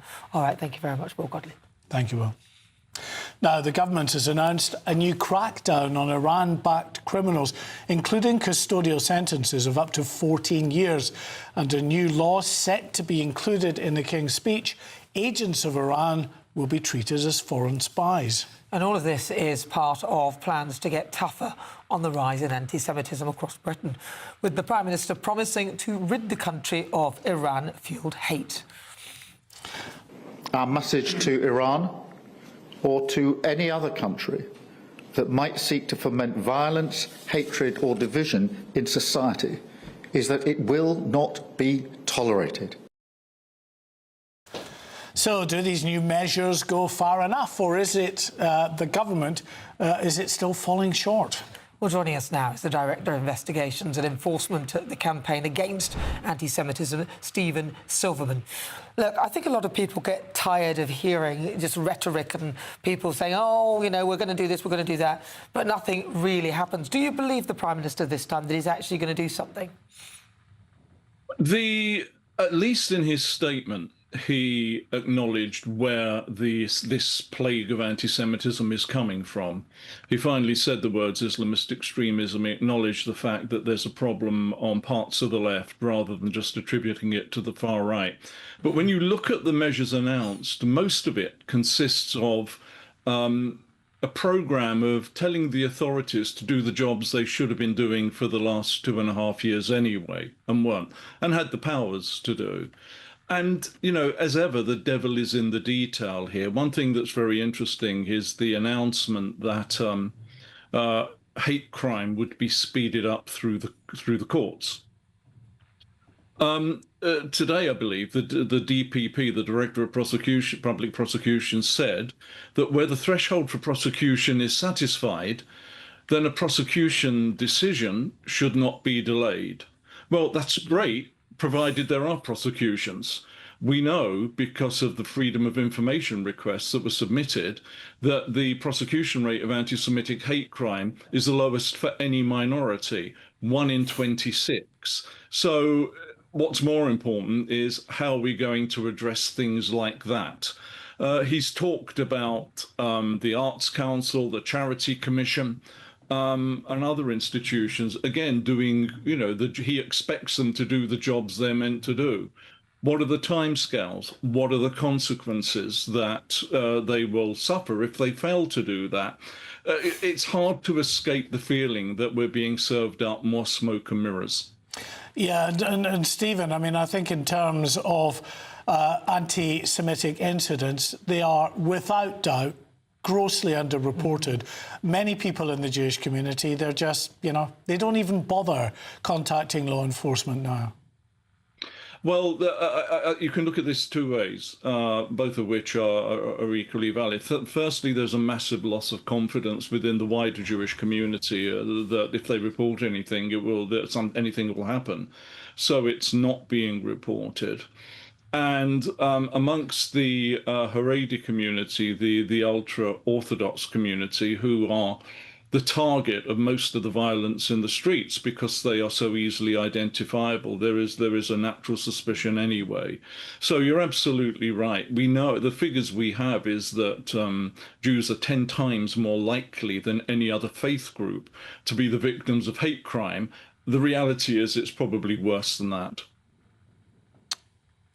I mean, I honestly think it's shameful. I was up in Golders Green just after the attack. I was there after the arson attack on the Hatzola ambulance service, and you know, just trying to impart to people that there's no other section of our society, and these, you know, these communities, they're so patriotic. They love this country, yet they have to have guards to take their children to school, to go to places of worship and other areas they might be together in numbers. I mean, it is shameful. Stephen, we'll have to leave it there. Oh, sorry, go on, quickly. I'm glad you mentioned patriotism. We held a rally after the Golders Green attack outside 10 Downing Street. And of course, one of the things that was really noticeable was the number of Union flags there, which signals that although British Jews fear that the country has given up on them, we're not ready to give up on it yet. Absolutely, and it's worth pointing out, I spoke to the couple that put these flags up, proud Jewish patriots, not far right, as some members of the press have tried to claim. OK, Stephen Silverman, thank you very much. Really good to talk to you. Now, just over 96,000 asylum seekers from Afghanistan, Iran, Iraq and Eritrea have arrived in small boats between 2018 and 2025. But a new study has found that only 495, that's just 0.5%, have been sent back to these countries in the past 7 years.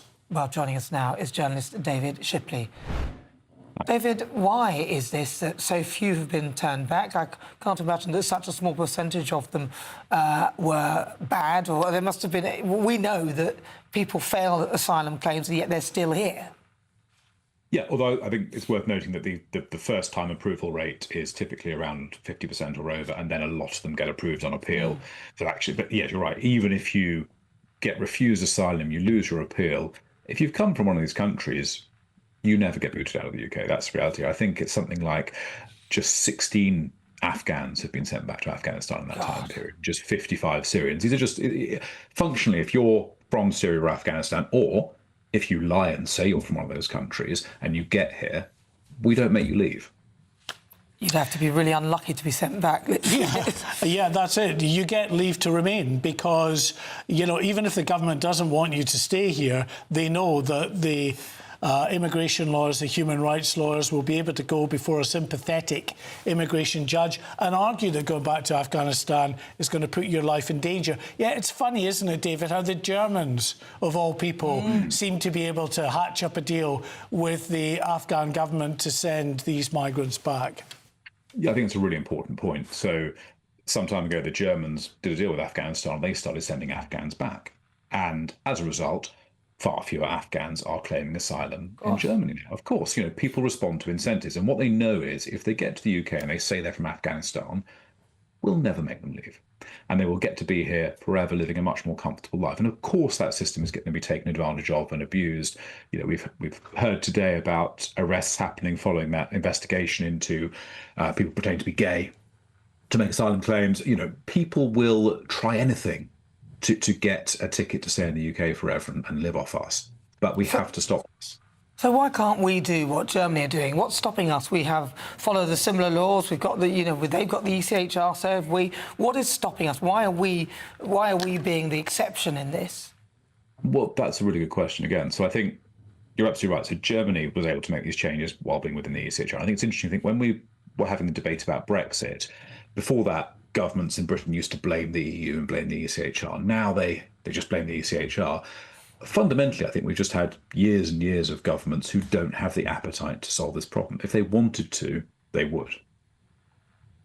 Yeah, and you've got a government, as we can see, you know, it's absolutely true as well in the Iran war, where they take the absolute sort of most cautious line. They want to abide by international norms, but international law, even if it is something that most people in the country would like to see done, they're just not prepared to go there.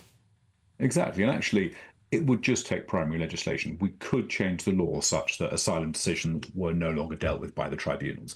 It could simply be a matter where the Home Secretary or other ministers signed off an asylum or did not, and then people could be removed very quickly.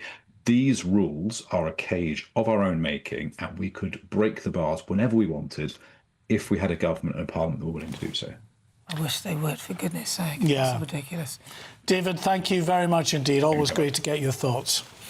Well, it's just coming up to 25 minutes after 1 o'clock. This is Good Afternoon Britain on GB News. Lots more coming up on today's show. The Ryanair boss, Michael O'Leary, wants early morning pints scrapped. What? After a surge in disruptive passenger behaviour. Well, just put them out. Don't deny me my pint. Yes. But after the break, civil servants accused of shirking from home, with claims some staff haven't been seen in the office for years.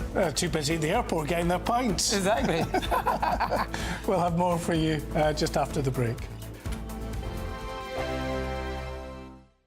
Bold. They are under no illusion. Ray. Are you a human trafficker? Boundless. I've had enough of the nonsense, and I'm not afraid to say it. Don't get this on the BBC. Every weeknight, I tear through the headlines. The smell of gasoline. Should we be worried about it? From Westminster madness to cultural war chaos. What we're going to do now is they are throwing things out the car as we speak. Get ready, Britain. Here we go. Patrick Christie's tonight, weeknights from 9 p.m. only on GB News, Britain's news channel. Buckle up, Britain. It's going to be quite a ride. Votes are being cast and counts are gearing up in elections across the country. Everything could change. From the first result to the inevitable aftermath. We'll be across it all. Vote 2026, the people decide. From 11 p.m. tomorrow night, only on GB News, Britain's news channel. Does Chopper need a coffee? From the school run to the home run, watch a new show for all of Britain. So he can say whatever he wants. A straight talking show where all voices are heard. And, you know, when are we going to stop talking about smashing the gangs and actually do it? With the stories that matter from every part of our country. There's a bit of a crash landing there for your Chancellor. Bold, fearless and standing up for you. That's me, Martin Daubney, 3 p.m. till 6 p.m, weekdays, here only on GB News. The People's Channel, Britain's news channel. I've been in Westminster for a long time, but I know that though power may be here, its effect on people's lives is across the whole of the country. We may be where rules are made, but it's where they're implemented that matters. Join me, Jacob Rees-Mogg, for forthright and frank discussion on where Britain has come from, where it's going, and where it will end up. That's State of the Nation, Monday to Thursday, 8 to 9 o'clock. Vox Populi, Vox Dei. Westminster's full of talk, but out here, it's the real world. Am I allowed to talk now? No, that's it. This is where it matters, real people and real lives. That's what politics is all about. In fact, has Trump made a good start? No. Straight answers, no spin, and just a couple of pints. How many fingers have I got up? About 10. So join me for Lee Anderson's Real World every Friday at 7 p.m, only on GB News. The People's Channel, Britain's news channel. You want to know what's really going on in the corridors of power? Labour don't know what to do with you half the time, and that makes you quite lethal in the chamber. Get behind the headlines with Chopper's Political Podcast. Join me, Christopher Hope, as I sit down with the great and the good of British politics. We'll see where this ruling takes us. These are the stories shaping our nation. Chopper's Political Podcast, available now on all platforms. Listen in and stay ahead.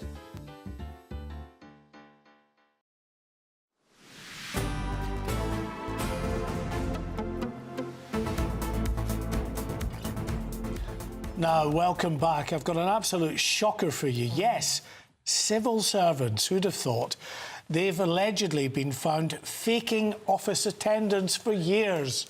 Whistleblowers report management having no control over remote staff who push the boundaries of flexible working policy. In some cases, reports suggest that staff are connecting to their office Wi-Fi from the comfort of their own car to prove that they are in the office. Well, we're joined by political reporter Olivia Attlee now. Listen, I'm not one for presenteeism all the time, but come on. So many civil servants now, they are spending so much of the working week at home rather than in the office. We were told this was going to be reversed after COVID. They were going to be forced back into the office. We were told that, and under the Conservative government, Jacob Rees-Mogg tried very hard as the Minister in charge of the Civil Service to enact that. He struggled. There was a lot of backlash from civil servants, and now things seem to have slipped further. Civil servants are mandated to be in the office for 60% of the working week, but a lot of them, according to this really, really interesting Telegraph investigation, seem to be finding ways around that. Of the 70,000 odd employees at HMRC, there are 3,195 who haven't been in the office for between 6 and 9 months, with 992 not attending for a year to 23 months. Now, HMRC say that some of the absences were because of sickness leave or adjustment for people with disabilities, etc. Well, knowing what we know about the number of people claiming PIP, some of which seem to be for pretty nebulous reasons, I'm not sure how encouraging our viewers will find that response from HMRC. you talk about presenteeism, Mark, and I think that's a really interesting point. Obviously, it only matters, people not working from the office, if their work is slipping as a result. But it looks as though their work is slipping. Of course it is. 44,000 people, I was actually one of them, last year, were cut off by HMRC after waiting on hold for an hour. Yeah. And you've got in Land Registry, where, again, a large proportion of employees aren't coming in or haven't been in for over a year in some cases. There are 18-month delays in some services, and even routine updating a property address, there are very long delays. Now, something similar happened in the Passport Office in about 2022, 2023. It was almost impossible to get a passport for a while. The civil servants in charge of that system, ministers in charge of that system, shook it up. People had to come back to the office, and it did work. Suddenly, it became much easier to get a passport. So there clearly is a direct link between people working from home far more than they should be working. Mary Celeste-like office, as one of the whistleblowers called it, and a decline in productivity. Let's see how the Labour government responds to this. At the moment, their statement is saying we expect employees to be in 60% of the time. Apparently, some employees are getting nervous about the idea of a Nigel Farage government in case they're all forced back into the office. It'll be fascinating to see how it plays out. They're too busy watching Homes Under the Hammer. Oh, that used to be my guilty pleasure, that one.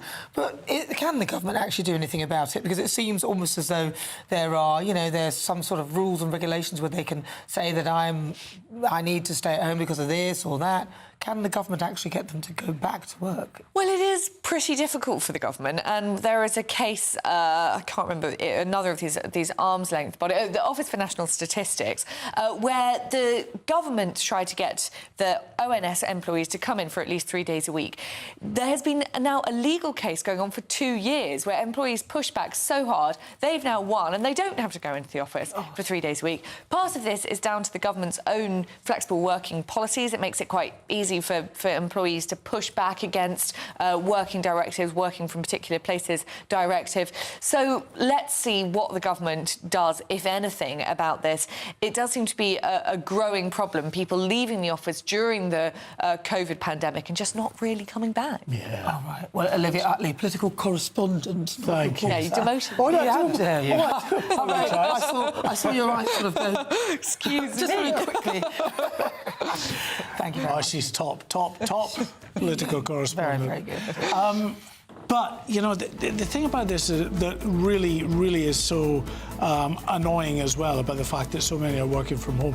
You can see it in town and city centres where you've got businesses that are just closing at a rate of knots because they don't have people coming for the lunchtime sandwich or whatever they might be doing. Yeah, it's like the government just don't get it at all. They're living in some sort of deluded Westminster bubble where none of their policies are affecting them, which is really a problem. Right, well, this is Good Afternoon Britain on GBNews. Lots more coming up on today's show. Yep. First, it's Sam Francis. He's never deluded. He's got your headlines.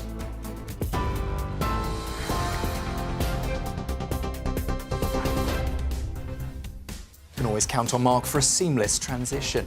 Well, a 56-year-old British patient is among 3 who have just been evacuated from a cruise ship hit by a deadly Hantavirus outbreak. 3 people have died, and there are now growing concerns the virus may have spread beyond the vessel.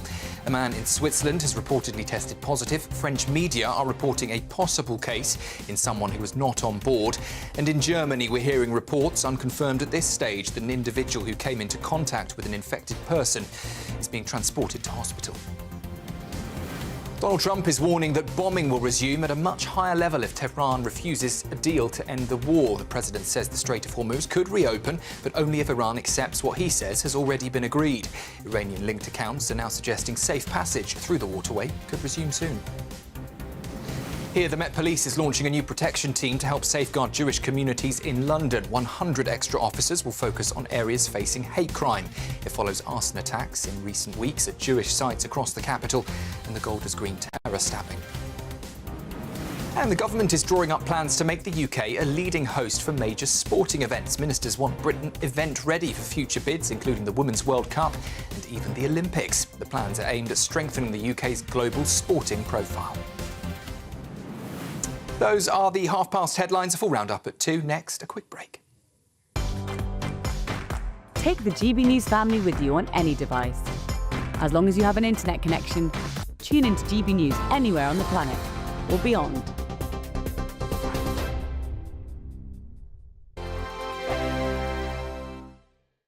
Good morning, welcome to your latest GB News weather update brought to you from the Met Office. A cooler day today than yesterday. Some showery rain here and there, but I think for most of us it should stay dry but fairly cloudy through the day. We've got high pressure dominating throughout the rest of today. Low pressure not too far pushing into parts of Scotland by the end of the day, but that means light winds, so it's going to feel relatively warm in any sunshine, but we are going to see pretty limited sunshine. Quite a lot of cloud around, as you can see, some thick enough to bring a few showers across eastern areas of England.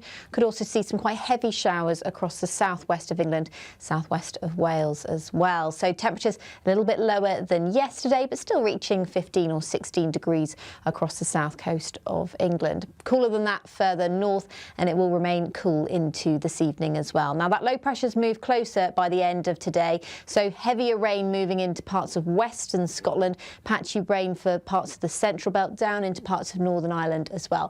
Should be dry elsewhere, but still relatively cloudy, particularly over high ground and in coastal areas across eastern areas of England. A few showers still across parts of East Anglia. The showers across the southwest should ease by this evening, but skies will become clearer, so that will allow temperatures to fall away once again. We had a frost last night and we are expecting another frost tonight, particularly across eastern areas of northern England down into the Midlands as well by Thursday morning. Elsewhere there should be quite a lot of cloud around, but we're still going to be in those low single figures to start the day, so quite a fresh start. Some brighter spells around though, particularly where we do see any frost. There may be some mist and fog around too. And then things do start to change across the northwest. A windier day to come on Thursday across parts of north and western Scotland. Outbreaks of showery rain pushing across much of Scotland and to some northwestern areas of England too. Elsewhere it should be dry, relatively bright and a little bit warmer. Have a good day. Bye-bye. Thank you, Britain, for all of you who listen to GB News Radio. Whether you're at home or on the go, you're making us Britain's news channel and Britain's radio station.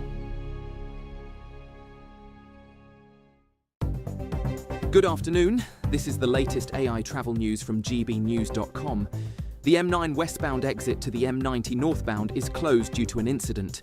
Delays of about 10 minutes are reported on the A5036 southbound in Sefton between the M57 and the A5038, expecting normal conditions by 2:15 p.m. In Suffolk, the A12 northbound has a lane closed due to a collision. All lanes on the M5 northbound Slip Road in Gloucestershire are blocked by a crash. The M3 eastbound in Hampshire has a lane closed due to a load spillage. And on the trains, there's disruption on Avanti West Coast services between Wolverhampton and Stafford. For more travel news, go to gbnews.com.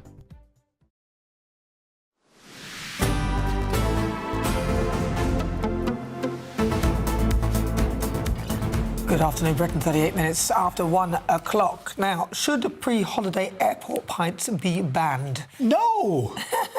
Ryanair CEO Michael O'Leary says his airline is being forced to make almost daily flight diversions because of drunk and aggressive passengers. He added, I fail to understand why anybody in airport bars is serving people at 5 or 6 o'clock in the morning who needs to be drinking beer at that time. So, would banning the airport pint tackle bad passenger behaviour? Well, joining us now is a former air hostess, Charmaine Davis, and the head of lifestyle economics at the IEA, Christopher Snowdon. Where we go? Charmaine first. At the end of the day, I know you will have had your fair share of absolutely obnoxious and drunk passengers, but isn't the way to deal with this actually to get much tougher on them, to ban them from flying for life, rather than, you know, Ruining depriving honest passengers like me my pint in the morning? Well, quite honestly, you hear a lot about these air rage incidents due to alcohol, and they always make the headline pages. Front page, there's drama at 38,000 feet. But you never actually hear what happens to these people once they've gone to court. Have they been put on a no-fly list? Have they been sent to prison? Have they been fined thousands and thousands of pounds? We don't know, because it's never really reported. Or if it is, it's on page 6 in a tiny little paragraph that nobody knows. If people actually knew that they can get into serious trouble for behaving badly or in a drunken fashion and endangering aircraft, they can be fined, they can have a prison sentence, and they can be on a no-fly list. People don't seem to know these. They think that a cabin crew are just there to serve you a drink and say hello. We're actually there to save your life if anything happens on the aeroplane, and we don't need a situation with the drunk passenger to make those situations worse. Well, why can't they just stop them from getting on the plane then? Christopher, do you think that it's fair? Sorry, go on. Why don't they just stop them getting on, Charmaine, very briefly? Well, actually, the CAA, there is the regulation that drunk passengers are not permitted to board an aircraft. So this is what baffles me, that they actually get to the gate, they get to the lounge, and they get on the plane. You know, because once they're in the air, it's too late. You can't wander away. I'm going to ask Christopher, do you think it's fair, because Mark said it and I'm with him, that the whole, it should be a ban? Do you think that the CEO, the Ryanair boss is right to suggest that pubs and bars should open later just so people don't get on the flights early and drunk? No, I think it's a case of punishing the majority for the sins of the minority. I quite agree that people who are very drunk should not be allowed on the aircraft. And if they're not drunk when they get on and they're drunk on Ryanair flights, he just seems to want to make sure people are thirsty before they come on. So I think this is what economists call a bootleggers and Baptists situation, in which you have people who stand to make money out of these kind of prohibitions, supporting them primarily, I think, for financial reasons, and getting into bed with the temperance movement and so on would like to ban the sale of alcohol completely in airports. So you get this funny coalition of people who support cutting the freedoms of the public for rather different reasons. Charmaine, I think one of the difficulties that would be in trying to determine who's too drunk to board an aircraft, apart from the obvious, someone that's staggering around all over the place and grabbing people around them, how do you determine, actually, just by looking at someone, they might have had a skinful and then become really problematic, but while they get on the aircraft, they're not really showing too much in the way of signs? Well, when we're boarding the aircraft, we are actually assessing passengers. You're not just saying good afternoon, hello, as we will watch you get on the plane. We are assessing the situation, body language, etc., whether people are possibly intoxicated. So, as you say, once they're on the plane and we're in the air, it's far too late. You can do an emergency landing if they're causing trouble, of course. To say that we promote giving drinks, we can stop serving somebody up in the air if we believe that they have had too much to drink. If they ask for another gin and tonic, we can say no. Or, as a lot of the times we use, the bar's closed at the moment, we have to count the bar for landing, or those sort of bit excuses. of turbulence. Yeah. Exactly. So we can use sort of certain excuses to rather than go, no, sorry, and then cause conflict. There are ways of diffusing a situation without antagonising them even more. And Christopher, do you think that perhaps the boss of Ryanair is saying that because he wants them to buy the drinks on the plane instead? Yeah, that's exactly what I'm saying. This is not the first time he's come out and said this. He seems to have a real bee in his bonnet about it. I wouldn't be surprised if these incidents of sort of drunken airage have got worse over the years.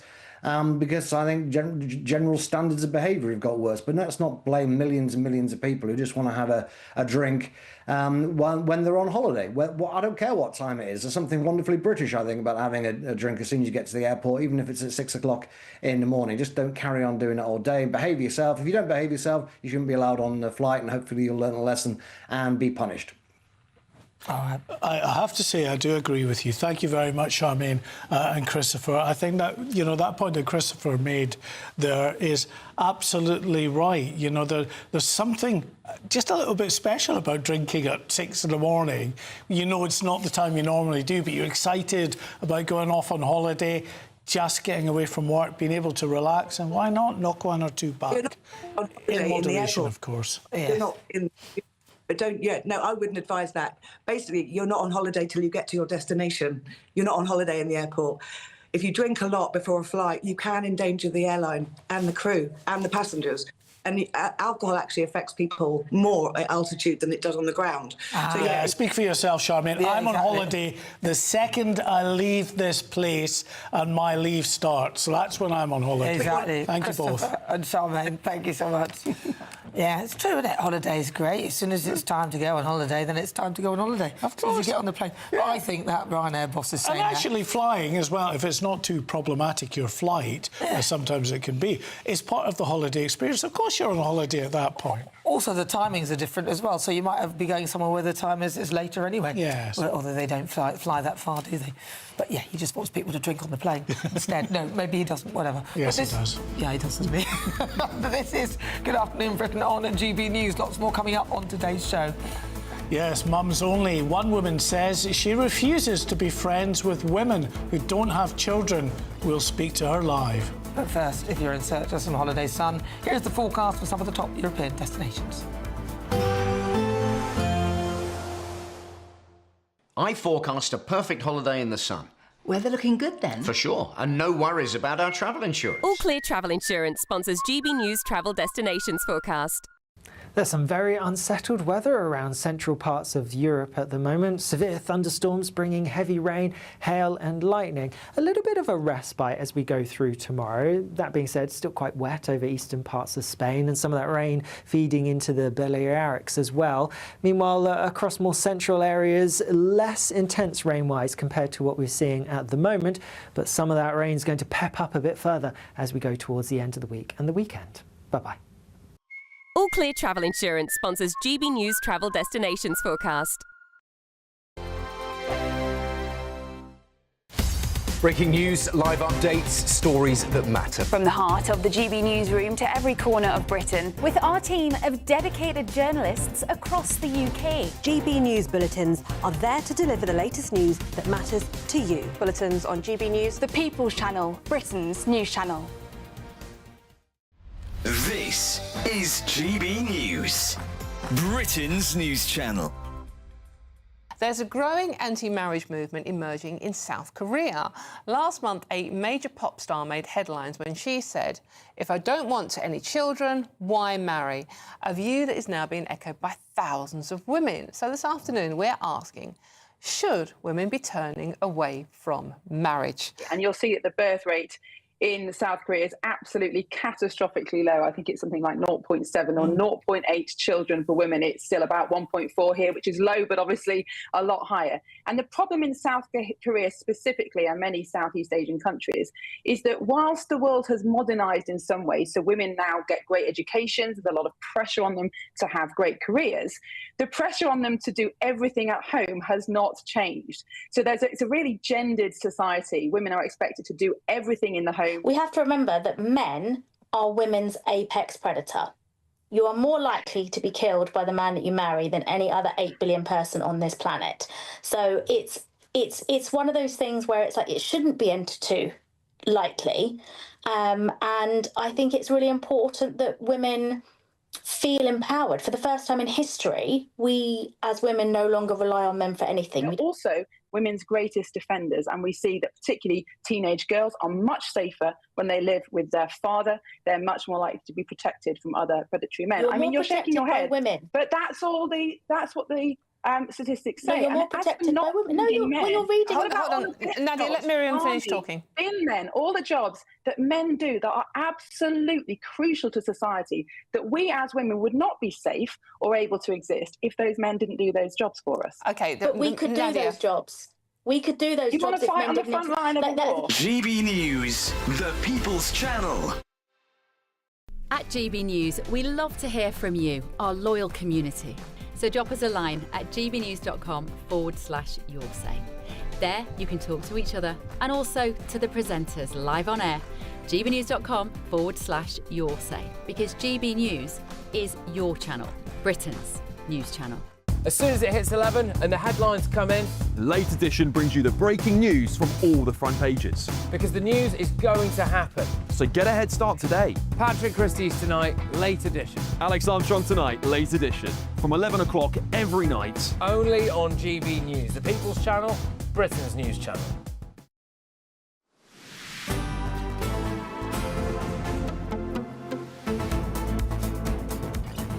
Good afternoon, Britain. Now, school runs, soft plays and sleepless nights can completely change a woman's life. But now a growing number of mums admit they only want friendships with other mothers because they feel better understood. Now, so at the same time, some child-free women say they prefer friends without children too. So is this natural, or are friendships becoming divided by lifestyle? Well, joining us now to discuss this is parenting, lifestyle expert and mother, of course, Annette Kello. Annette, you wrote a piece in the paper all about this, so why? Why? Well, I think women, when they have children, physically change, emotionally change, well, we financially change even, and birds of a feather flock together. It's nothing, sorry to the childless people, it's not being harsh, but you need to find your gang. Now, you've probably heard, Nana, of the term, where's my village? And we hear that a lot today, and people talk about expensive childcare, you know, the average nursery place costing $14,000 a year, mums having to go part-time, losing money, and actually I think a lot of time we've lost our village and we need to get back in the zone with it and start creating it. And I think that's predominantly where it comes from. Now, on the other side, of course, we have child-free people. I'm not talking about people that, say, want to have children and are trying. That's kind of a different area. But people that positively hate children, and there's this whole thing online, influencers, anti-child influencers, and they list 100 reasons why you shouldn't have a child. I'm sorry, I don't want to be friends with them. But you've said you refuse to be friends with women who don't have kids. That's quite harsh. Yeah, I don't really see what the fuss is, you know. I think these people need to get over it, you know. There's plenty more people out there to be friends with. If mums feel that they want to get together because they've got more in common, more empathy, more things to discuss, and not necessarily want to be friends with other people outside that particular circle, what's the fuss? Exactly, and I think as well, when women get together, they can share some of the problems. You know, your child is not sleeping, they're teething, maybe there's some other things. We know as well, 1 in 4 mums say they suffer with depression.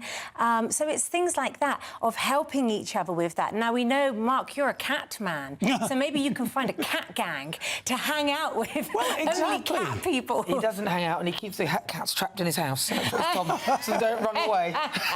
Well, because they're quite athletic, and they have been in the past over the garden fence into the neighbours. To jump over. Well, yes, you're quite right, you know. Some people might say that's a bit of a judgmental mindset, though, the fact that you've judged people and then you're putting that on anybody who hasn't got children. Well, I would say with that, it works both ways. It's a two-way street. Now, in the piece, I specifically wrote about some child-free friends that don't like children and sort of were putting the onus on me to make the effort with everything. And I think that can be problematic for people. So I don't think it's that harsh. I think anti-child people say positively they have the ick about children. I know we've spoken before on GB News about should children be in certain public spaces, in restaurants, pubs? And a lot of people actually say no, they shouldn't be. So I think that's part of it as well. In Britain, we've become very anti-children. Well, I have children and I would say no.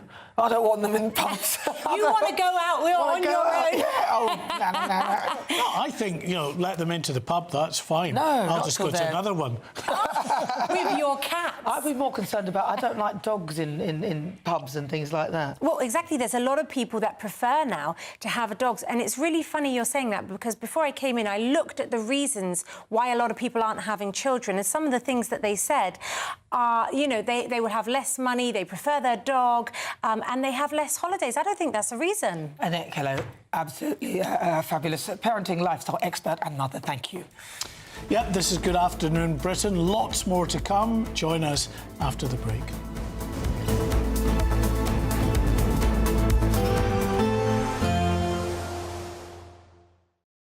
Today, clouds overhead, total zen within. Boxed Solar sponsors the weather on GB News. Hello there, good afternoon. Welcome to your latest GB News weather update brought to you from the Met Office. Quite cloudy through the rest of today. A little bit of rain here and there. And tonight, well, it's looking like another cold one, particularly across northeastern England. We're expecting a frost, not in the same places we saw last night. That's because low pressure's moving into northern areas, parts of Scotland. That will introduce more cloud here, so it's not going to be quite as cold tonight across parts of Scotland as it was last night. But as skies clear across parts of northeast England down towards the Midlands here, this is where temperatures will likely fall below zero. Elsewhere, bits and bobs of cloud around, a bit of rain possible, certainly up towards the north and west, and temperatures will be in the low single figures to start the day wherever you are. So it's going to be a fresh start, but I think frost will be restricted to where we see those clear skies through a long period overnight. This area of low pressure up to the north and west will affect Scotland through much of Thursday, so it brings a bit of a damp start to the day for Western Isles across more central and eastern areas of Scotland, though it should be a relatively dry and bright start to the day. A few showers here and there across parts of Northern Ireland, down towards the far southwest of Wales and southwest of England. Elsewhere, it should be relatively dry, relatively bright as well through Thursday morning. And it will be a little bit warmer on Thursday as well, more in the way of sunshine for more eastern areas. The winds are switching direction through Thursday to more of a southwesterly, a slightly warmer direction. So some western areas a little bit cloudier and more showery tomorrow than today, but in the east it should be a brighter and warmer day on Thursday. Highs in the mid-teens for many areas, but outbreaks of showers will continue to affect parts of Scotland through much of Thursday, as well as parts of Northern Ireland through the day. Some of these showers potentially heavy, and the winds will strengthen through Thursday afternoon. So a bit of an unsettled end to the day. Further heavy showers to move in from the south on Friday and the weekend, when it's looking fairly unsettled and cool. Bye-bye. Today, clouds overhead, total zen within. Boxed Solar sponsors the weather on GB News.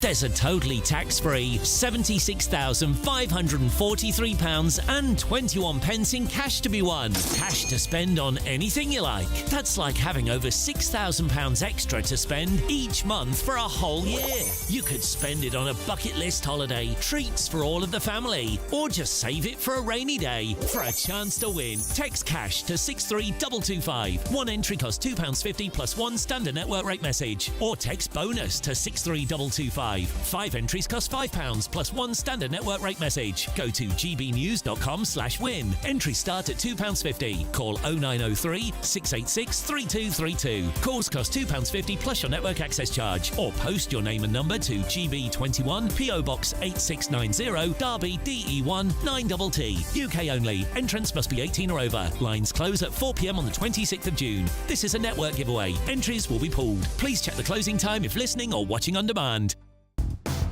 Do you trust what you're being told? Good, because neither do I. Those are just facts. I'm Alex Armstrong, and on my show, we'll expose the spin. Well, I want to answer that, because you didn't let me last time, because you always speak over me. The broken promises. To deny that is denying the truth. And the hypocrisy. We can allow. Stop. You think we can allow. Politics, policy, parliament. Nothing is off limits. No sugarcoating, no fear of offence, just the truth laid bare. Tune in every Saturday and Sunday at 9 p.m. for Alex Armstrong Tonight, only on GB News, Britain's news channel. From the school run to the home run, watch a new show for all of Britain. He can say whatever he wants. A straight talking show where all voices are heard. And, you know, when are we going to stop talking about smashing the gangs and actually do it? With the stories that matter from every part of our country. There's a bit of a crash landing there for your Chancellor. Bold, fearless and standing up for you. That's me, Martin Daubney, 3 p.m. till 6 p.m, weekdays, here only on GB News. The People's Channel, Britain's news channel. Join me, Nana Akua, for an informative, interactive news programme with a difference. It's fun. No, he didn't say that, though. I'm so surprised. I think there's an element of truth to that. Join me from 3 p.m. every weekend, only on GB News, Britain's news channel. From cold mornings to warm family brunches. From football to tennis in the car. In the kitchen. GB News Breakfast is there. With the stories you need and the conversations that matter. Anyway, let's talk business. Well, it has been a historic night in British politics. It's astonishing, isn't it? We're here again. To start your day just right. GB News Breakfast. Every morning from 6 a.m. Only on GB News. Britain's news channel.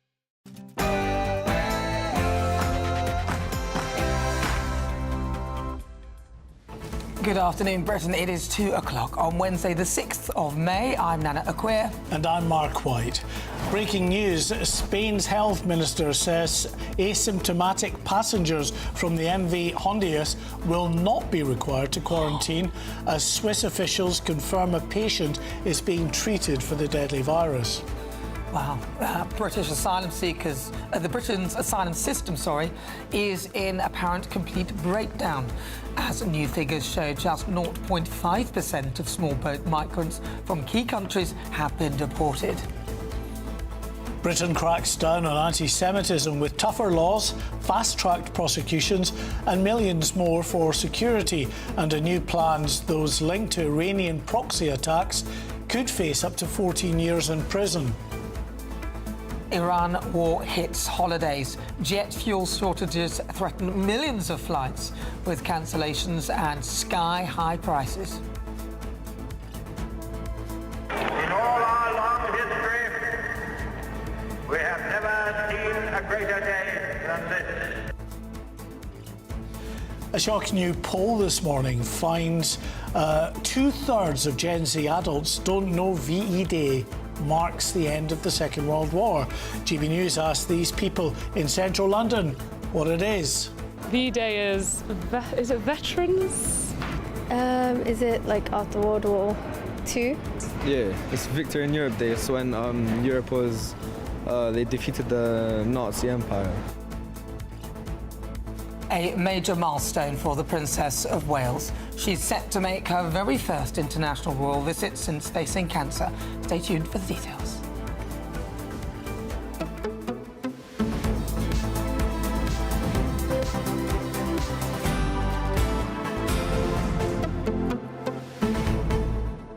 Yeah, it's a shocker, isn't it? A lot of young people don't even think about it. I suspect it's because they've grown up in a time of complete peace. So they've had peacetime and can't even envisage going to war. And that's, you can see the state of our armed forces as well as a result of all of that as well. Yeah, they've also grown up in classrooms full of woke teachers that don't want to actually teach them important moments in history.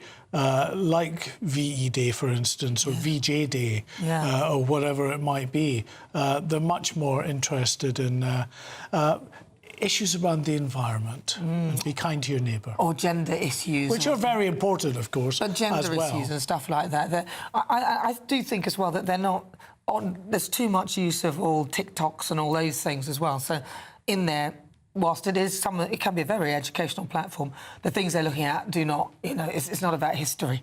Yeah, but I do think, they spend so much time, young people, of course, on social media, and none of them actually have, well, some of them do, because we heard it in the clip there, but have the interest to take a look at key moments in history. Do you not have an intellectual curiosity? No, they're too busy with likes from people that they've never ever seen or want heard to grow of. up to be an influencer. I'm going to be an influencer. That's going to be great.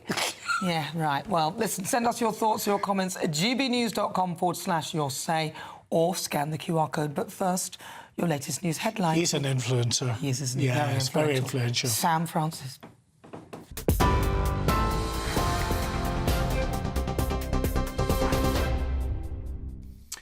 Mark, Nana, thank you very much, and good afternoon to you. Well, the top story just after 2 o'clock. We start with the developments regarding the situation on the Virus hit MV Hondius. The British doctor who was earlier evacuated from the vessel is now, we understand, in a stable condition. Spanish health ministers have said that the 56-year-old had been previously critical after a hantavirus outbreak on board the cruise ship.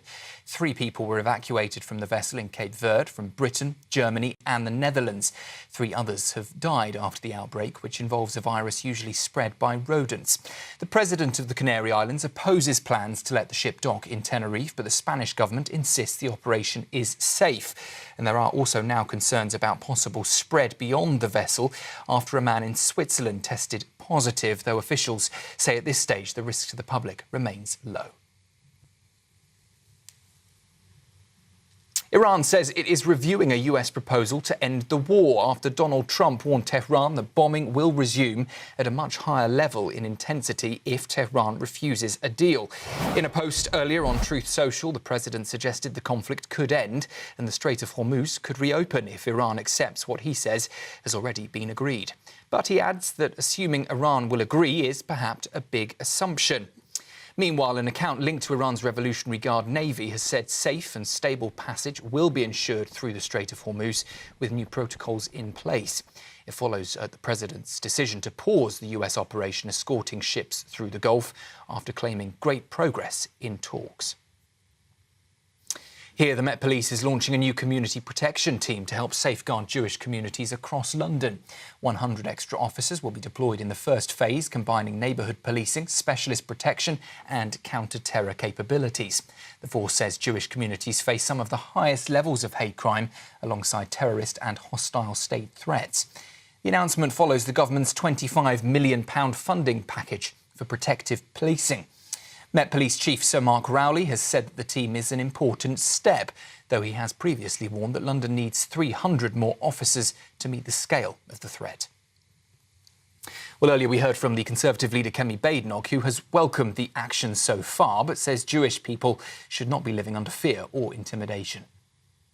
A lot more needs to be done, but it is right that the government starts taking this issue seriously. I have said that what is happening to British Jews is a national emergency. The attacks that we saw in Golders Green were horrific. We saw 2 murders in Heaton Park in Manchester just a few months ago. When I was out in Golders Green, even before these attacks, I was hearing Jewish people telling me how scared they are, that their businesses are under attack. They need security guards under their, outside primary schools. So we need to take this issue very seriously. And the Princess of Wales is returning to international royal duties after her cancer treatment. Catherine will travel to Italy next week for a solo visit with her early childhood centre. It will be her first official extended foreign trip in nearly 3.5 years. The Princess will visit Reggio Emilia in northern Italy to learn more about an approach to early years education focused on children's development and relationships. Kensington Palace says the visit marks an important step in taking her early childhood work onto a global stage. Those are the latest headlines for now. I'll let Mark explain what on earth went wrong there, but next, the markets. Taking the ups and downs in our stride. Stilts Home Lifts sponsors the GB News Finance Report. It is just coming up to 8 minutes past 2. The markets for you. The pound will buy $1.3628 and at 1.1584 euros. The price of gold is 3,445 pence per ounce. And the FTSE 100 is at 10,410 points. GB News Finance Report, brought to you by Stilts Home Lifts.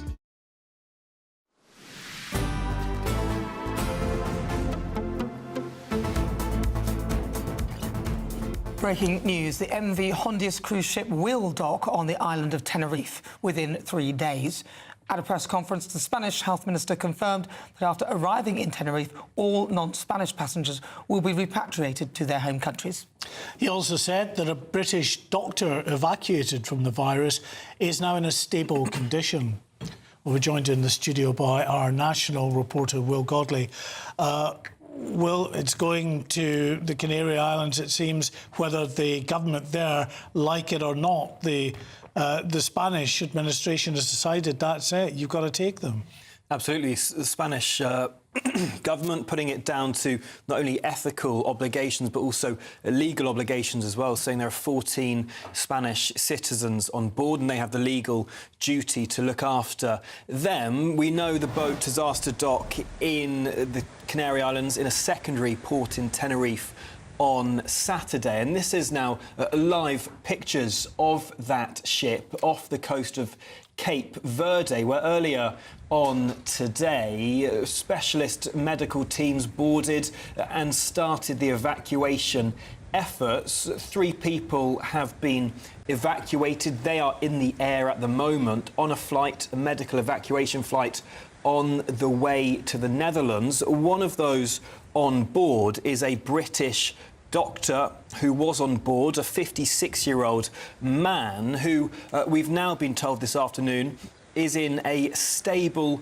condition. Previously, health officials said that the man was in a critical condition, but now it seems his condition has improved. He is on the way to the Netherlands, where he will then receive medical help. He is one of 3 people on the flights there this afternoon. As we've had more details from the Spanish into exactly what the next steps are. This boat, we know, will be making the journey towards Tenerife, where people on board, the 140 or so passengers, will then be evacuated off the boat onto Tenerife from this secondary port, and Spanish officials saying all non-Spanish citizens will then be repatriated back to their home countries. It's up to the home countries whether they need to quarantine or not. The 14 Spanish people on board will be quarantined for as long as is needed, they've said, at a military base in Madrid, where there's a specialist hospital that's been set up to deal with this Hantavirus.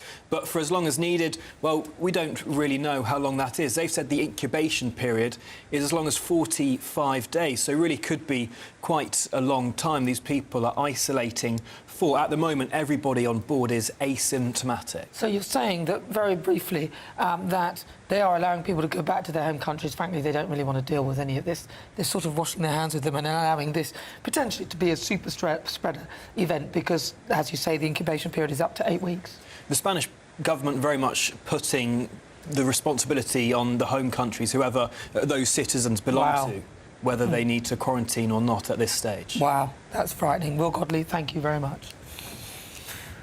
Oh, joining us now is GBNews' health editor, Lucy Johnston. Lucy, good afternoon to you. At the end of the day, much will depend on just how contagious. I know there are various strains here, but just how contagious this virus is. How concerned should people be? Well, the most concerning thing really is how deadly it is. In fact, it's not particularly contagious.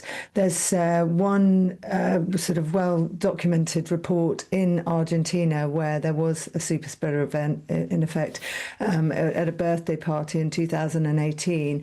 Before that, it was believed that it couldn't be spread from person to person. But because of that event, it now is known that this particular strain, there's about 38 strains that we've been identified, is something that can pass on. But it is believed that it doesn't pass on if people are asymptomatic. In other words, if they're not showing symptoms. And it also is believed that it doesn't spread if people aren't in close proximity. But that said, this particular strain, which comes from the Americas, is the most deadly and can have up to 40, even 50% fatality rate. So the stakes are high. Well, the pictures you're seeing on screen are live pictures of the cruise ship right now. But Lucy, does it not seem somewhat irresponsible of the Spanish government to say, oh, well, we'll dish you out to your home countries, they can deal with it there? Because to me, that sounds utter madness. Surely it would be wise to quarantine people and then make sure that there's no real risk, and then you go about your business. Well, if people aren't symptomatic, then they are not likely to pass it on. It's hard to pass it on.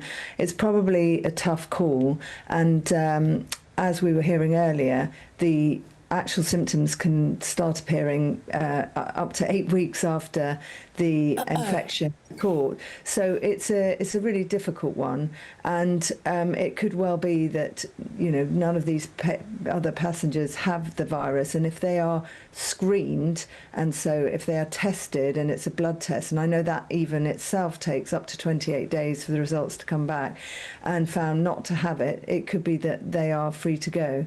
So it's I think the health authorities are sort of working at pace, but the risk to onward transmission and the risk of a kind of pandemic style spread is virtually zero, because it's so difficult to spread, and once you have got symptoms, then you have to then you should quarantine. Yeah, but those symptoms are like a cold, and then it progresses quite quickly. So whilst you're having these cold-like symptoms, so those are the symptoms where it is possible for you to spread, other people will be around you. I just think it's totally irresponsible. I can't imagine why. I think if people are symptomatic, they will be quarantined. I mean, anyone who's... No, but my point is that they get off the ship, there are no symptoms. Then the moment they step off the ship, they get symptoms, or 2 days later or whatever. When they get those symptoms, at that point, presumably they are able to pass it on to others. And that's where the danger is, isn't it? And if you're allowing 30, 40 people and dropping them off at different areas around the world, then you are creating a super spreader potential, surely. Well, I think it's all about managing risk and looking at risk in the round. So we know that cruise ships act as sort of incubators of infection, because there's lots of people crowded together with ventilation systems that are linked, and cases can spread rapidly. It's hard. This is a difficult. This virus doesn't spread very easily. It is rare, and it's still not known that this has been, the cause of its spread. And I mean, you could argue these patients should stay in a confinement for 8 weeks, but I think the authorities are looking at it in the round and saying, well, if they're not symptomatic, then they can go to their home countries. Their home countries can decide what to do with them. But if you're not symptomatic, you're not going to pass it on, and presumably they will test people for the virus. So it's one that doesn't spread easily, but. Yeah, I mean, I think that those people on the ship may themselves be really worried and may take further measures. OK, Lucy, really appreciate that. A calm, concise breakdown there of the risks. And the fact is, of course it's a worry, but it's not one of these viruses that really is a contagious a highly contagious disease that's so easily and rapidly spread amongst people. But the mortality rate is very high, though, so it's 50% roughly. So that's the concern. And if you say that, if it were me, I would be quarantining people, getting them off the ship, quarantining them for the 8 weeks. I would know. I would check, and then at that point, after 8 weeks, I would feel more secure and safer to let them go, so that they don't cause a wider problem for the rest of the world. I think that makes sense. Absolutely. Let's bring you some breaking news now.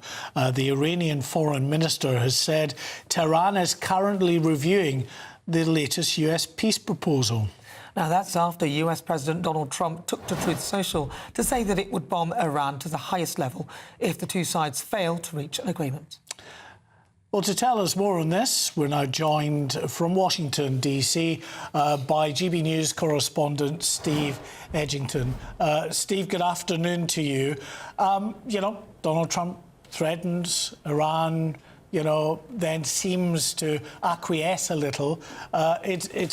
We're constantly sort of in this game of we'll push you, they'll take a bit, and then they'll push back. Is there any sign that there's anything from what we're hearing from Iran that it shows they're in the slightest bit serious about taking this?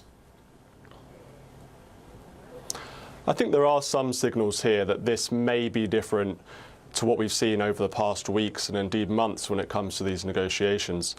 The Iranian Navy has tweeted out that they're potentially looking at these proposals and that there could be free passage in the Strait of Hormuz in the coming days if there's positive signs in these negotiations. As you mentioned, the Iranian foreign minister said they're reviewing these latest proposals, which look like a one-page memorandum with 14 points. We're not sure exactly what the proposals are, but there are reports that suggest it includes some kind of deal that the Iranians will pause their nuclear enrichment, and in return the US will release billions of dollars in frozen Iranian assets.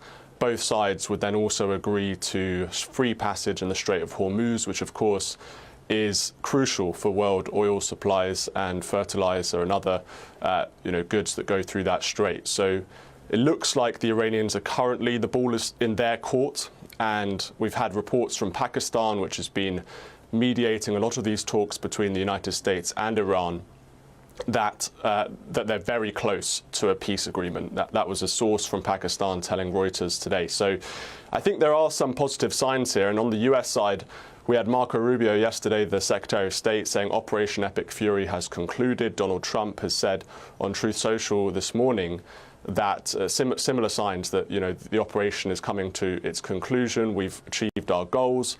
However, if Iran doesn't agree to these proposals, then we will hit you, and we will hit you even harder than we did previously, which is obviously one of those threats that Trump loves to make. So it appears, I think, that lots of signs from both Iran, from Pakistan, from the United States, that a deal is close.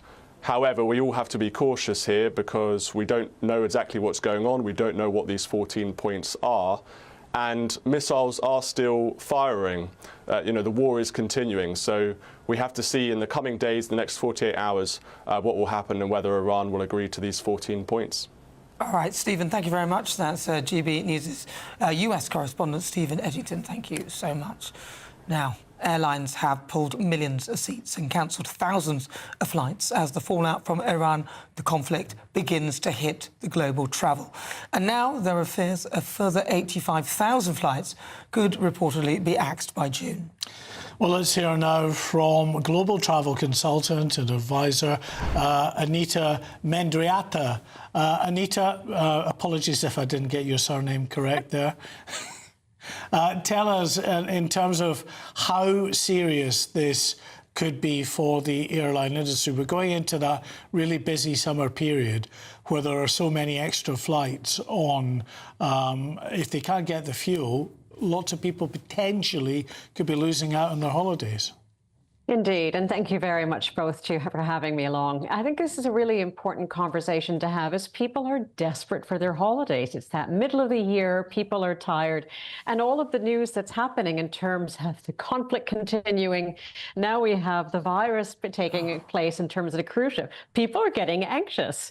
And so this doesn't help the situation. But I think what's really important to put in context is that since the beginning of the crisis, aviation leadership has been monitoring very carefully what could the implications be.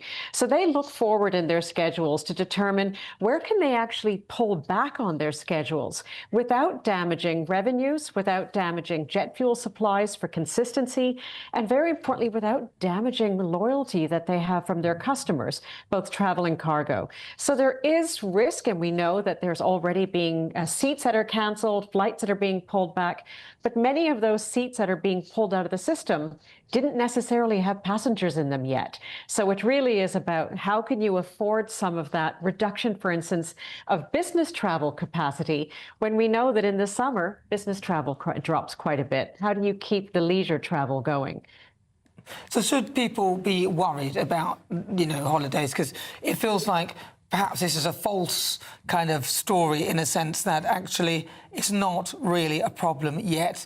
No real proper holidays are being cancelled. No flights are actually being cancelled, but they may be laying them off because obviously in the summer there'll be less business flights, as you alluded to. Indeed. People should be alert. They should be proceeding with caution, but still staying very hopeful. And I think what's really important about this is keeping very close to the airlines. The airlines do not want to disrupt and disappoint. So again, they're looking carefully at their schedules. But if they need to take out some of the second and third tier cities, for instance, they're going to have to do that. And that's why it's important for travelers to consider where are the airlines most likely to maintain the routes, both in terms of the high demand leisure, but also the aircraft that have cargo in their bellies. So sticking to the hubs, sticking to the higher frequency that will still be maintained. So even if your flight is cancelled, they'll put you on the next flight to the same destination. OK, Anita, thanks very much. Just one final thought on this. I mean, quite aside from flight cancellations, the cost of your ticket, I would imagine, must be skyrocketing. Is that what we're seeing in the industry at the moment? Is there a big bump in prices? depends a lot of where you are in the world. And because the UK and Europe have the opportunity to hedge on fuel. So many of the airlines are very clear that they don't want to put on the additional fuel surcharges, and they can afford to hold it back because they have fuel that has been hedged up until the middle or the end of summer. So a lot of it depends on where people are in the world, but this region is in a fortunate position from that perspective. OK, Anita, how do we say your last name, by the way? Menderata. Thank you very much. Well, kind of. There you go. You'd be very kind there, Anita. Thank you. Anita, thank you so much. Thank you very much. A global travel Take care. consultant and an advisor. You too. Well, this is Good Afternoon Britain on GB News. Lots more coming up in today's show. Yes, a shock new poll finds that 2/3 of Gen Z adults don't know VE Day marks the end of the Second World War. But after the break... Britain's asylum system, is it in complete breakdown? Well, new figures show 0.5%, just 0.5% of small boat migrants from key countries have been deported. Wow. All of that and much more to come. You're with GB News, Britain's #1 news channel.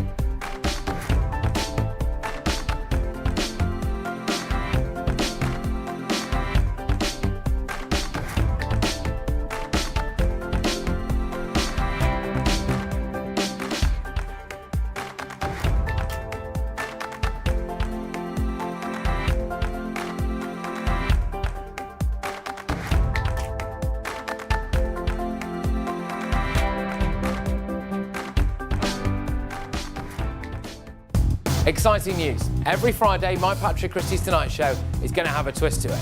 We're welcoming some special guests. You. That's right, on Fridays I'm going to be doing my show in front of a live studio audience because this show is about you and what you have to say. It's going to be the same big debates, same big topics, same big opinions, but every Friday night at 9 p.m. you are invited to come on down to Patrick Christie's Tonight to be a part of the action. Only on GB News, the People's Channel, Britain's news channel. 5 hosts, 5 opinions, 5 fearless debates, 5 unfiltered takes on the day's news. 5 reasons not to be anywhere else on Saturday night. This is the Saturday 5. You got me. You got me good there. Britain's biggest Saturday night TV show. It's not a bad brand. Yeah. Uncensored. Very, very racy tonight. On the unpredictable. What did she say? Can you translate it for us? And always entertaining. And how can a country go from being led by William Wallace Saturday nights from 6 p.m. only on GB News, the People's Channel. Britain's news channel. You're going to want to stay tuned, trust me. Breaking news, live updates, stories that matter. From the heart of the GB newsroom to every corner of Britain, with our team of dedicated journalists across the UK. GB News bulletins are there to deliver the latest news that matters to you. Bulletins on GB News, the People's Channel, Britain's news channel.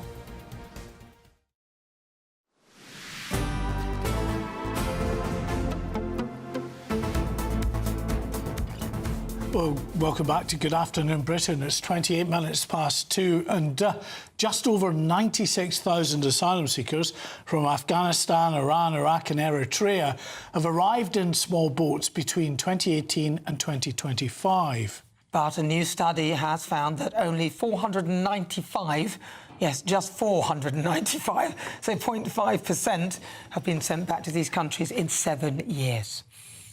Well, we're joined now by the human rights lawyer, Shoaib Khan.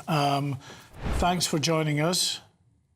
Tell us, if you would, in terms of trying to deport people to Afghanistan and other countries where we might, in terms of our immigration lawyers and judges, find it unsafe. How can Germany do it?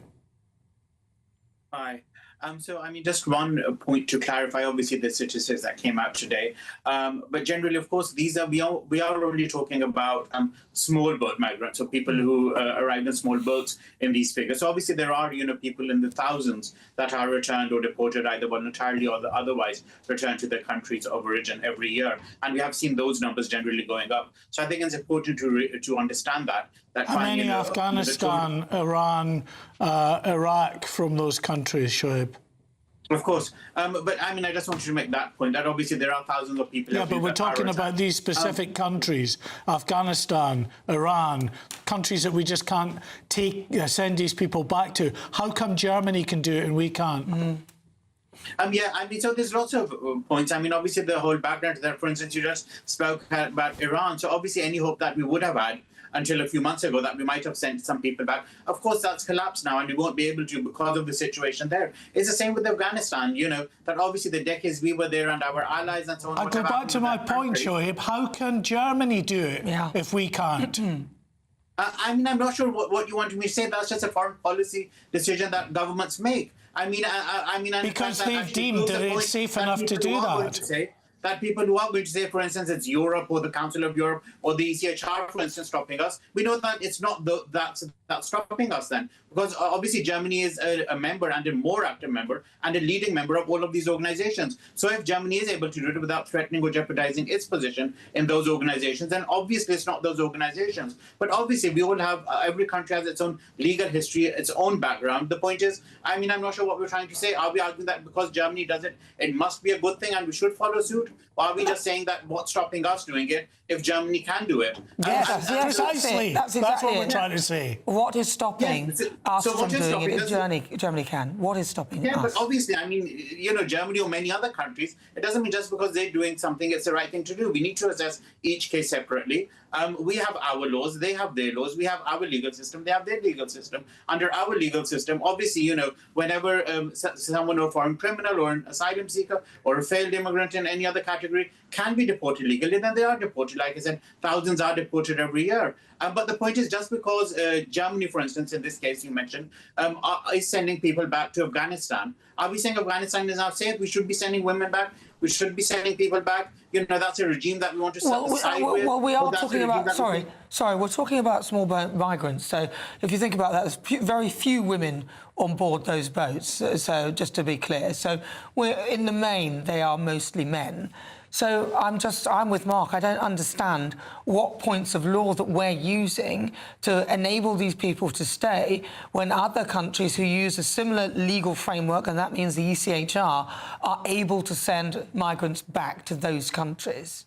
No, but that's what I'm saying. So clearly it's not based on the ECHR then, and we need to stop blaming the ECHR for either the failures of our government or generally not, trying to send. And that's exactly the point I'm trying to make, that clearly it's not the ECHR then, is it? If other countries that are more active members of the ECHR stick more truer to the ECHR can do it and we can't. So obviously we can't blame the ECHR for that. But that's not to say that obviously that Germany is taking the correct approach and we should be sending people back to Afghanistan. Well, this country really can't cope with such an influx constantly, and actually we are becoming the priority location for these people because they know that other countries who follow a similar legal framework are sending people back. So what is it that they are using specifically that enables them to stay in this country, and what should perhaps our government be doing to make sure that isn't the case? So, I mean, again, quite a few points arising from that question. But firstly, what you mentioned in terms of we're a priority, I don't think we necessarily are a priority. No, we take are. on very, very small numbers. We take on very, very small. I mean, even compared to Germany, they've taken in millions when we took in, a few thousand. Yeah, or but Germany's is a bigger country. No. But Germany is a very big country in comparison to the size of the UK. So if you're thinking about the size of the country, then yes, of course they can take on more.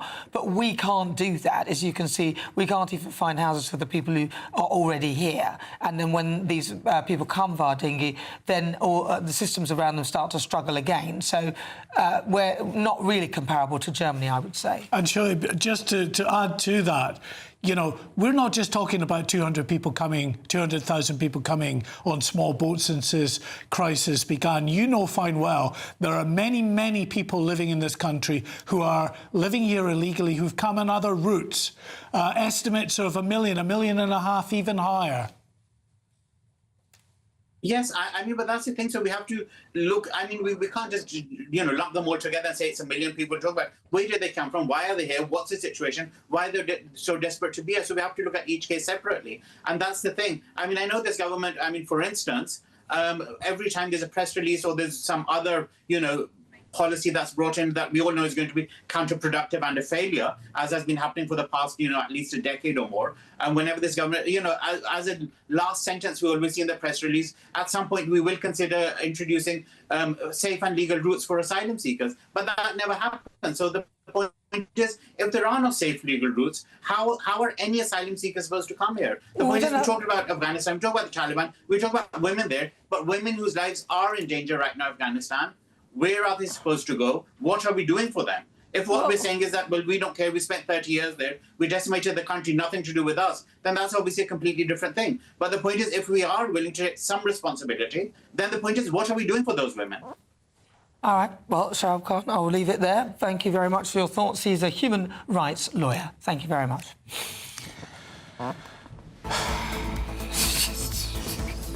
Stay with us. Coming up, a shock new poll finds 2/3 of Gen Z adults don't know VAE Day marks, well, not the end of Second World War, it marks the end of the war in Europe. All of that and much more to come. You're with GB News, Britain's news channel.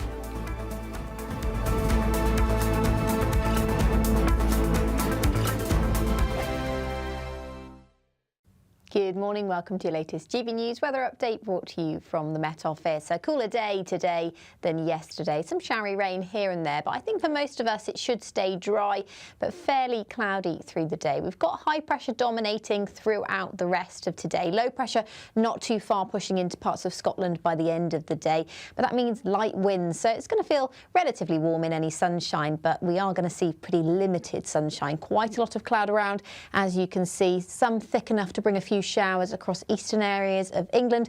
Could also see some quite heavy showers across the southwest of England, southwest of Wales as well. So temperatures a little bit lower than yesterday, but still reaching 15 or 16 degrees across the south coast of England. Cooler than that further north, and it will remain cool into this evening as well. Now that low pressure's moved closer by the end of today, so heavier rain moving into parts of western Scotland, patchy rain for parts of the central belt down into parts of Northern Ireland as well.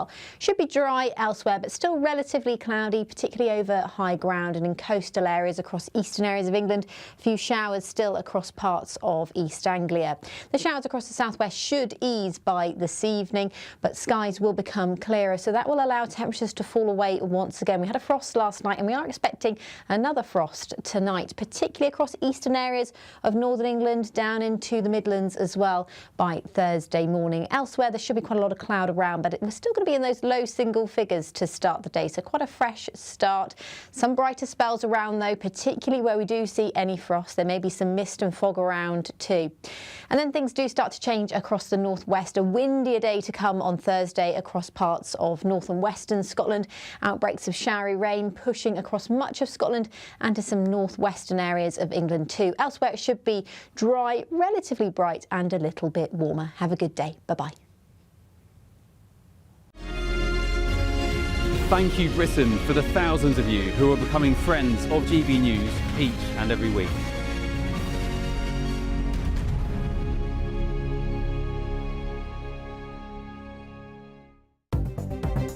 Good afternoon. This is the latest AI travel news from GBnews.com. The A84 at Loch Lubnaig, north of Callander, is restricted due to a road traffic incident. Expect congestion on the A5036 southbound between the M57 and the junction with the A5038 in Sefton, with about 10-minute delays. A load spillage is causing one-lane closure eastbound on the M3 in Hampshire. The M5 northbound entry slip road at junction 11 in Gloucestershire is fully closed after a serious collision. And on the trains, Avanti West Coast faces disruption between Wolverhampton and Stafford, with major delays on Transport for Wales services between Wolverhampton and Shrewsbury. For more travel news, go to gbnews.com.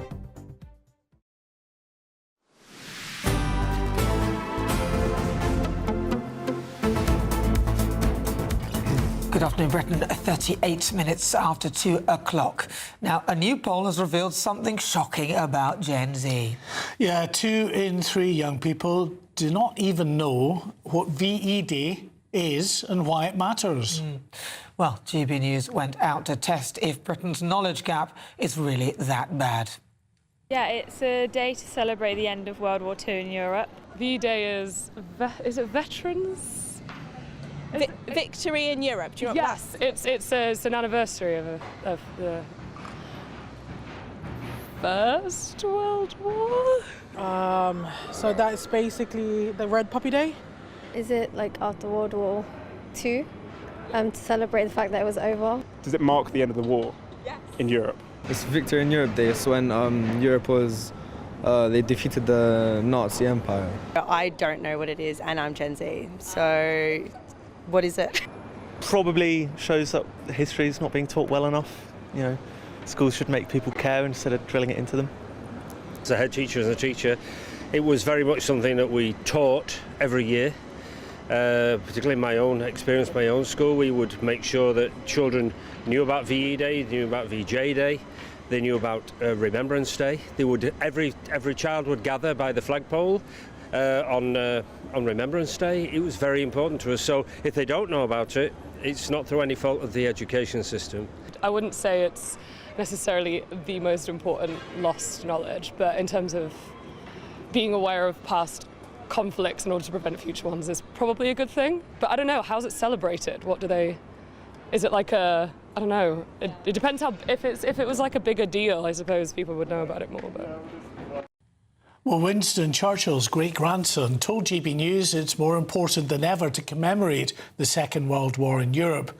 Jack Churchill said, "We, the next generation, must ensure the valour and courage of those who went before us are never forgotten." Hear, hear. Well, joining us now is Afghanistan war veteran Paul Jacobs. Paul, it's, some of those the young people did know, actually, in that clip, but it is a sort of a sad sign that many people don't know about it. Yeah, good afternoon to you. Well, what can you say? You know, for everything I've been through, and to hear that, it's heartbreaking. It really is heartbreaking. Just, you know, because if you don't know your history, how can you ever prevent the future? And do you think that a big factor here is what kids are being taught in school, that there's just not the same emphasis and the likes of the history lessons on the past history of this country in fighting Nazism? I think it gets very political, doesn't it? So it's, and especially with the climate that we're living in at the moment, where there doesn't seem to be a lot of pride in veterans and the armed forces. Yeah, I was going to say that. Do you think it's a sign of the lack of patriotism in this country? Because, and if you look at the dwindling numbers in the armed forces, no one wants to do it. Well, yeah, exactly, and especially when our Prime Minister, bless him, is... yeah, I don't even want to go down that road, but yeah, as a veteran and somebody who's been physically injured in the theatre protecting this nation and the Commonwealth, and, you know, we can't even respect and pay tribute to those that are still standing from the Second World War. That says a lot about this country at the moment, doesn't it? Yeah, and there's the issue as well, as you know, whether we're even investing enough in defence. Just this week, another of our warships has gone, HMS Iron Duke, a Type 23 frigate. We're down to 5 now, along with 6 destroyers, and the vast majority of them, of course, tied up. As a former, you know, as a veteran, someone who served their country so proudly, what do you think when you see the parlous state of our defence forces now? But yeah, I can't even put it into words. That, do you know, if you was to get me to sign up today, I couldn't do it. I couldn't do it, and I wouldn't do it. And it's just, I'm disgusted in the way the nation is being run. I'm heartbroken in the way the country is overruled by multiculturalism, and the fact that you said about you had Jack Churchill, you know, and Churchill, you know, his statue being desecrated the way it has been in war graves. Well, I think we've just lost our way in being a very proud nation of our armed forces and veterans in this country, and I think we need to bring that back. Now, you mentioned politicians, and you may have seen the clip of John Healey when he couldn't... He's the Defence Minister, by the way, couldn't say how many ships there were. I mean, it was comedy gold, but sadly, it was a sad indictment of the state of things. What do you think? I mean, you're laughing now, but when you saw that clip, I mean, what did you think? Well, yeah, that says it all, doesn't it? You know, that says it all. Well, you know, it's just appalling. The whole behaviour of this political funfair at the moment is just unbelievable. We need to bring pride back to who we are, you know, and, you know, for the armed forces and we can never forget our beloved Prime Minister and what he's doing for our lads in the armed forces and those that served 50, 60 years ago as well, you know? Yeah, I mean, I think getting back to the sort of main topic here about how, you know, youngsters in particular, how many of them just don't seem to know about these key pivotal moments in our history. I mean, from your perspective, you're involved in a hugely important campaign, of course, in this country, and fought bravely in that, along with so many thousands of your compadres. And, you know, and how does it make you feel knowing that if they can't even know about these key pivotal moments in the likes of World War II, how are they going to feel about Afghanistan in a few years' time? I think Afghanistan, the first Gulf, you know, no one even talks about the Falklands anymore. So let alone Northern Ireland, all these other campaigns that we've around the world. So let alone my campaign in Afghanistan, the way that was discarded and thrown away.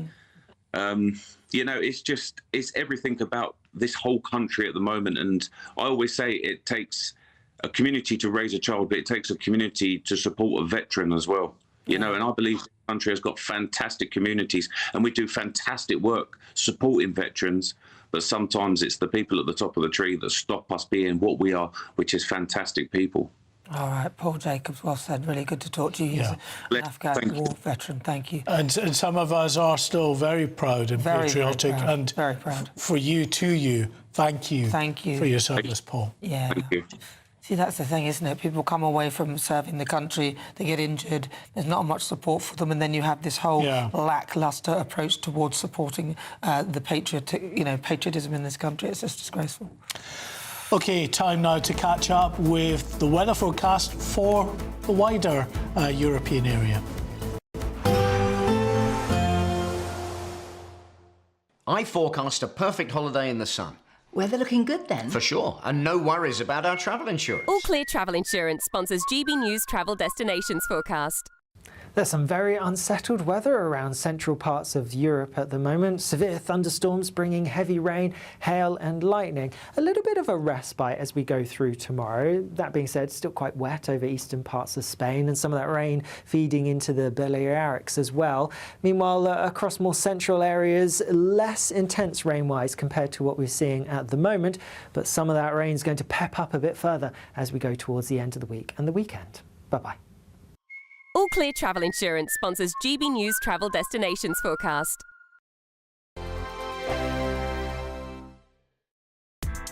Join me, Nana Akua, for an informative, interactive news programme with a difference. It's fun. No, he didn't say that, Dave.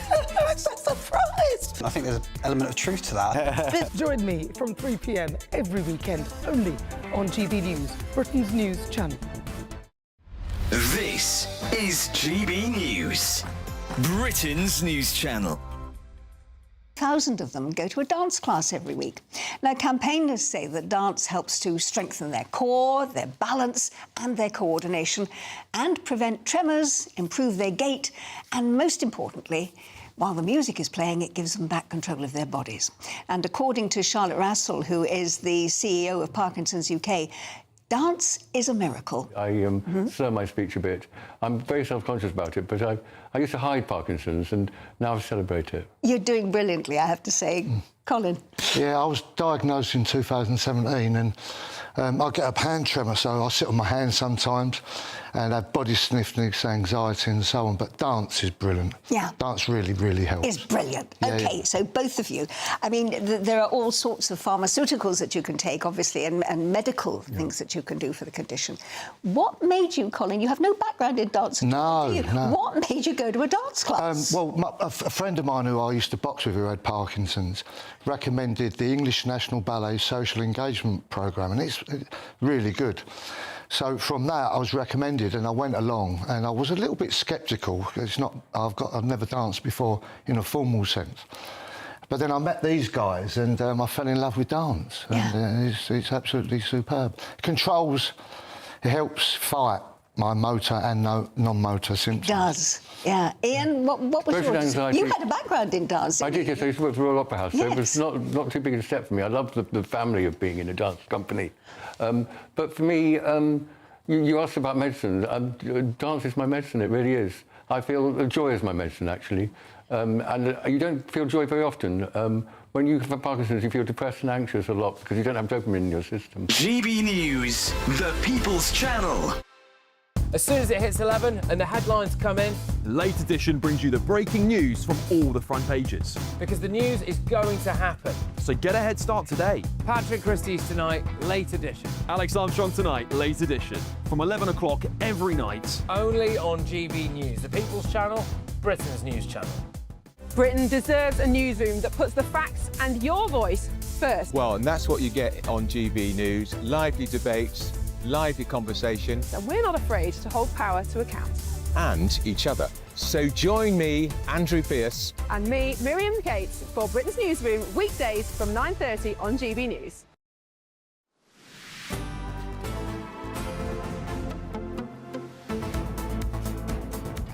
Good afternoon, Britain. Now, did you know that more than 100,000 people live on Scotland's islands?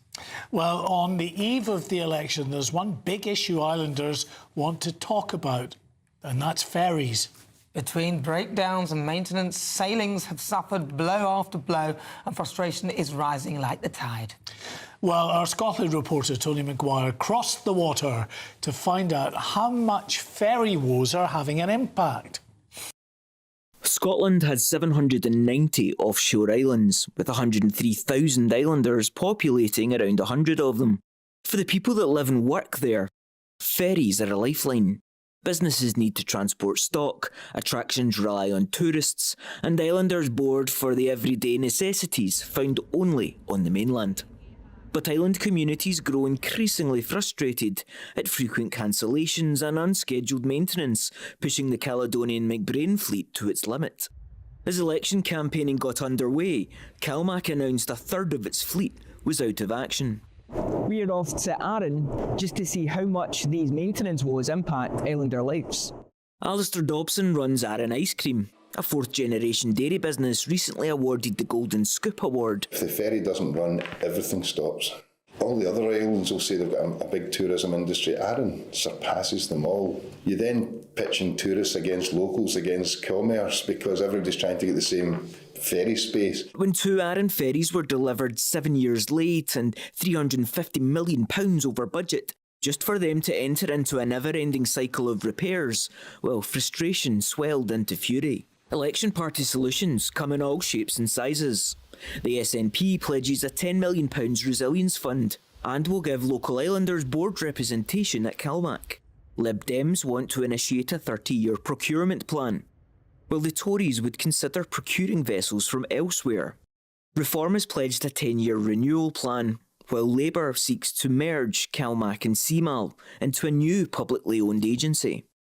And the Greens seek to extend public ownership to more ferries, ending the tendering system and directly awarding contracts. The ferry operator has apologised for the worsening situation, saying everyone at Calmac is acutely aware of the level of disruption. Even up to when we came, we didn't know if the ferry was going to go. A huge issue in organising the trip and whether you're actually going to get a ferry, and even worse, whether you're going to get back again. We're on holiday, and when they don't go, we wait a day. Yeah. Tony Maguire, GB News, the Isle of Arran. Oh, wow. So there we go. Ferry woes affecting Scotland. You must know all about that. Yeah, no, I do, absolutely. That's my relatives all come from the Outer Hebrides. Right, well, we must read you the candidates running in the constituency of Cunningham North. Ian Gibson, the Alliance for Democracy and Freedom. Kenneth Gibson, Scottish National Party. Mike Mann, Reform UK, Scotland. Matthew McGowan, Scottish Labour Party. Christine Margaret Murdoch, Scottish Liberal Democrats. And Ronnie Walker, Scottish Conservative and Unionist Party. Wonderful. Well, it's been a pleasure being on with you today. I've enjoyed that. Yeah, me too. People say we're a good team. No, what do you mean? Are you running away? A lot of people are also saying that God bless the veteran that we had earlier. Yes. It was lovely. No, that was great. And as I say, I can imagine for veterans like him who's been in that war, they're not remembering the Second World War. Are they ever going to remember Afghanistan? All right, well, listen, loads more still to come. Daubney is next.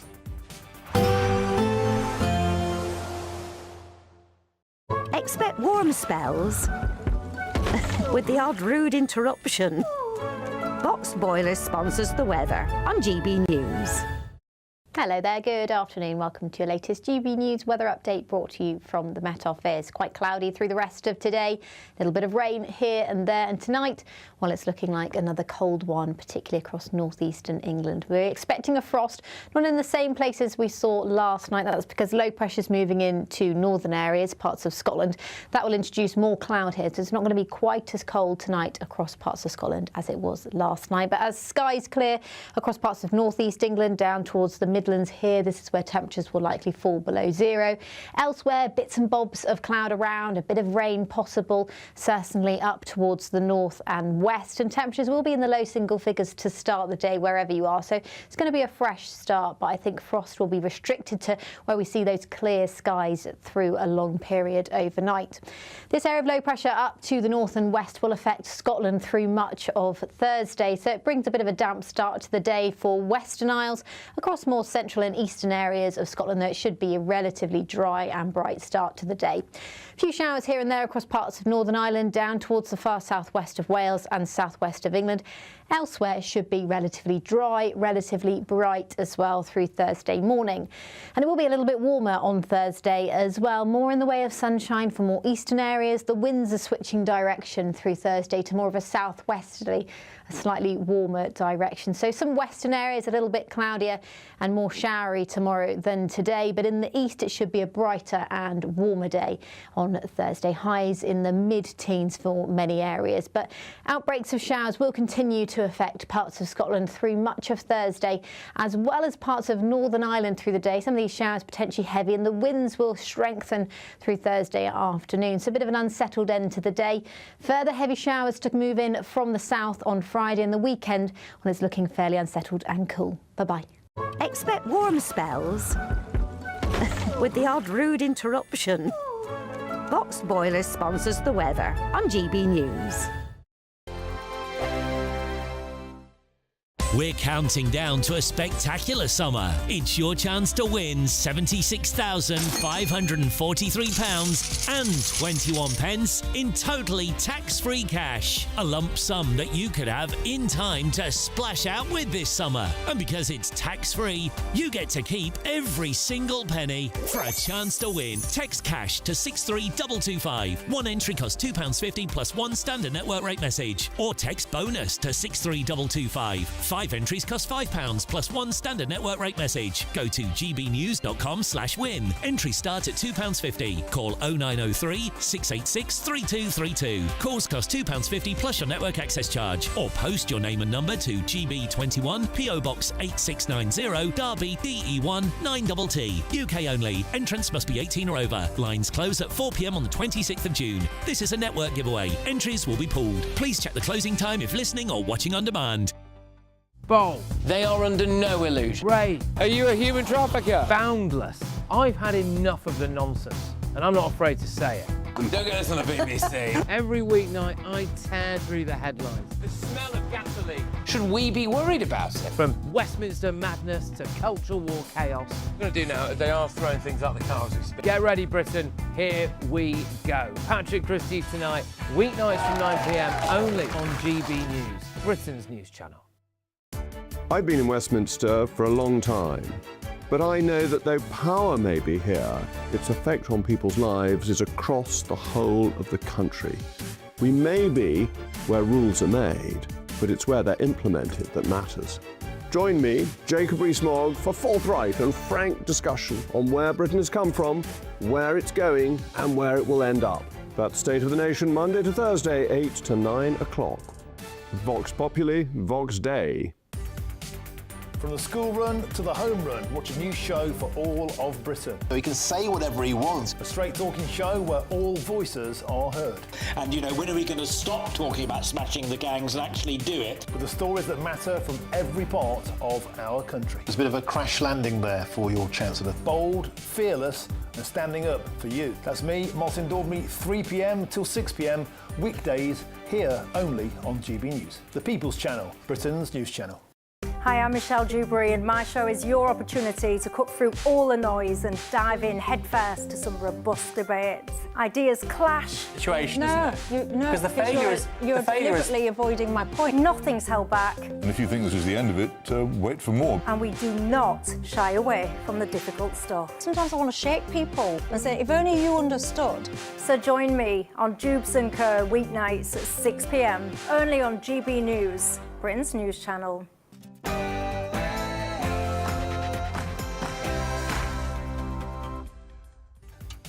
Very, very good afternoon to you. It's 3 p.m. Welcome to the Martin Daubney Show here on GB News, broadcasting for you all the way through until 6 p.m. We've got a cracking show, and here's what's on today's menu. Top story today, a bombshell new report by The Express has revealed a pathetic 0.5% of asylum seekers from some of the world's most dangerous countries have been deported since 2018.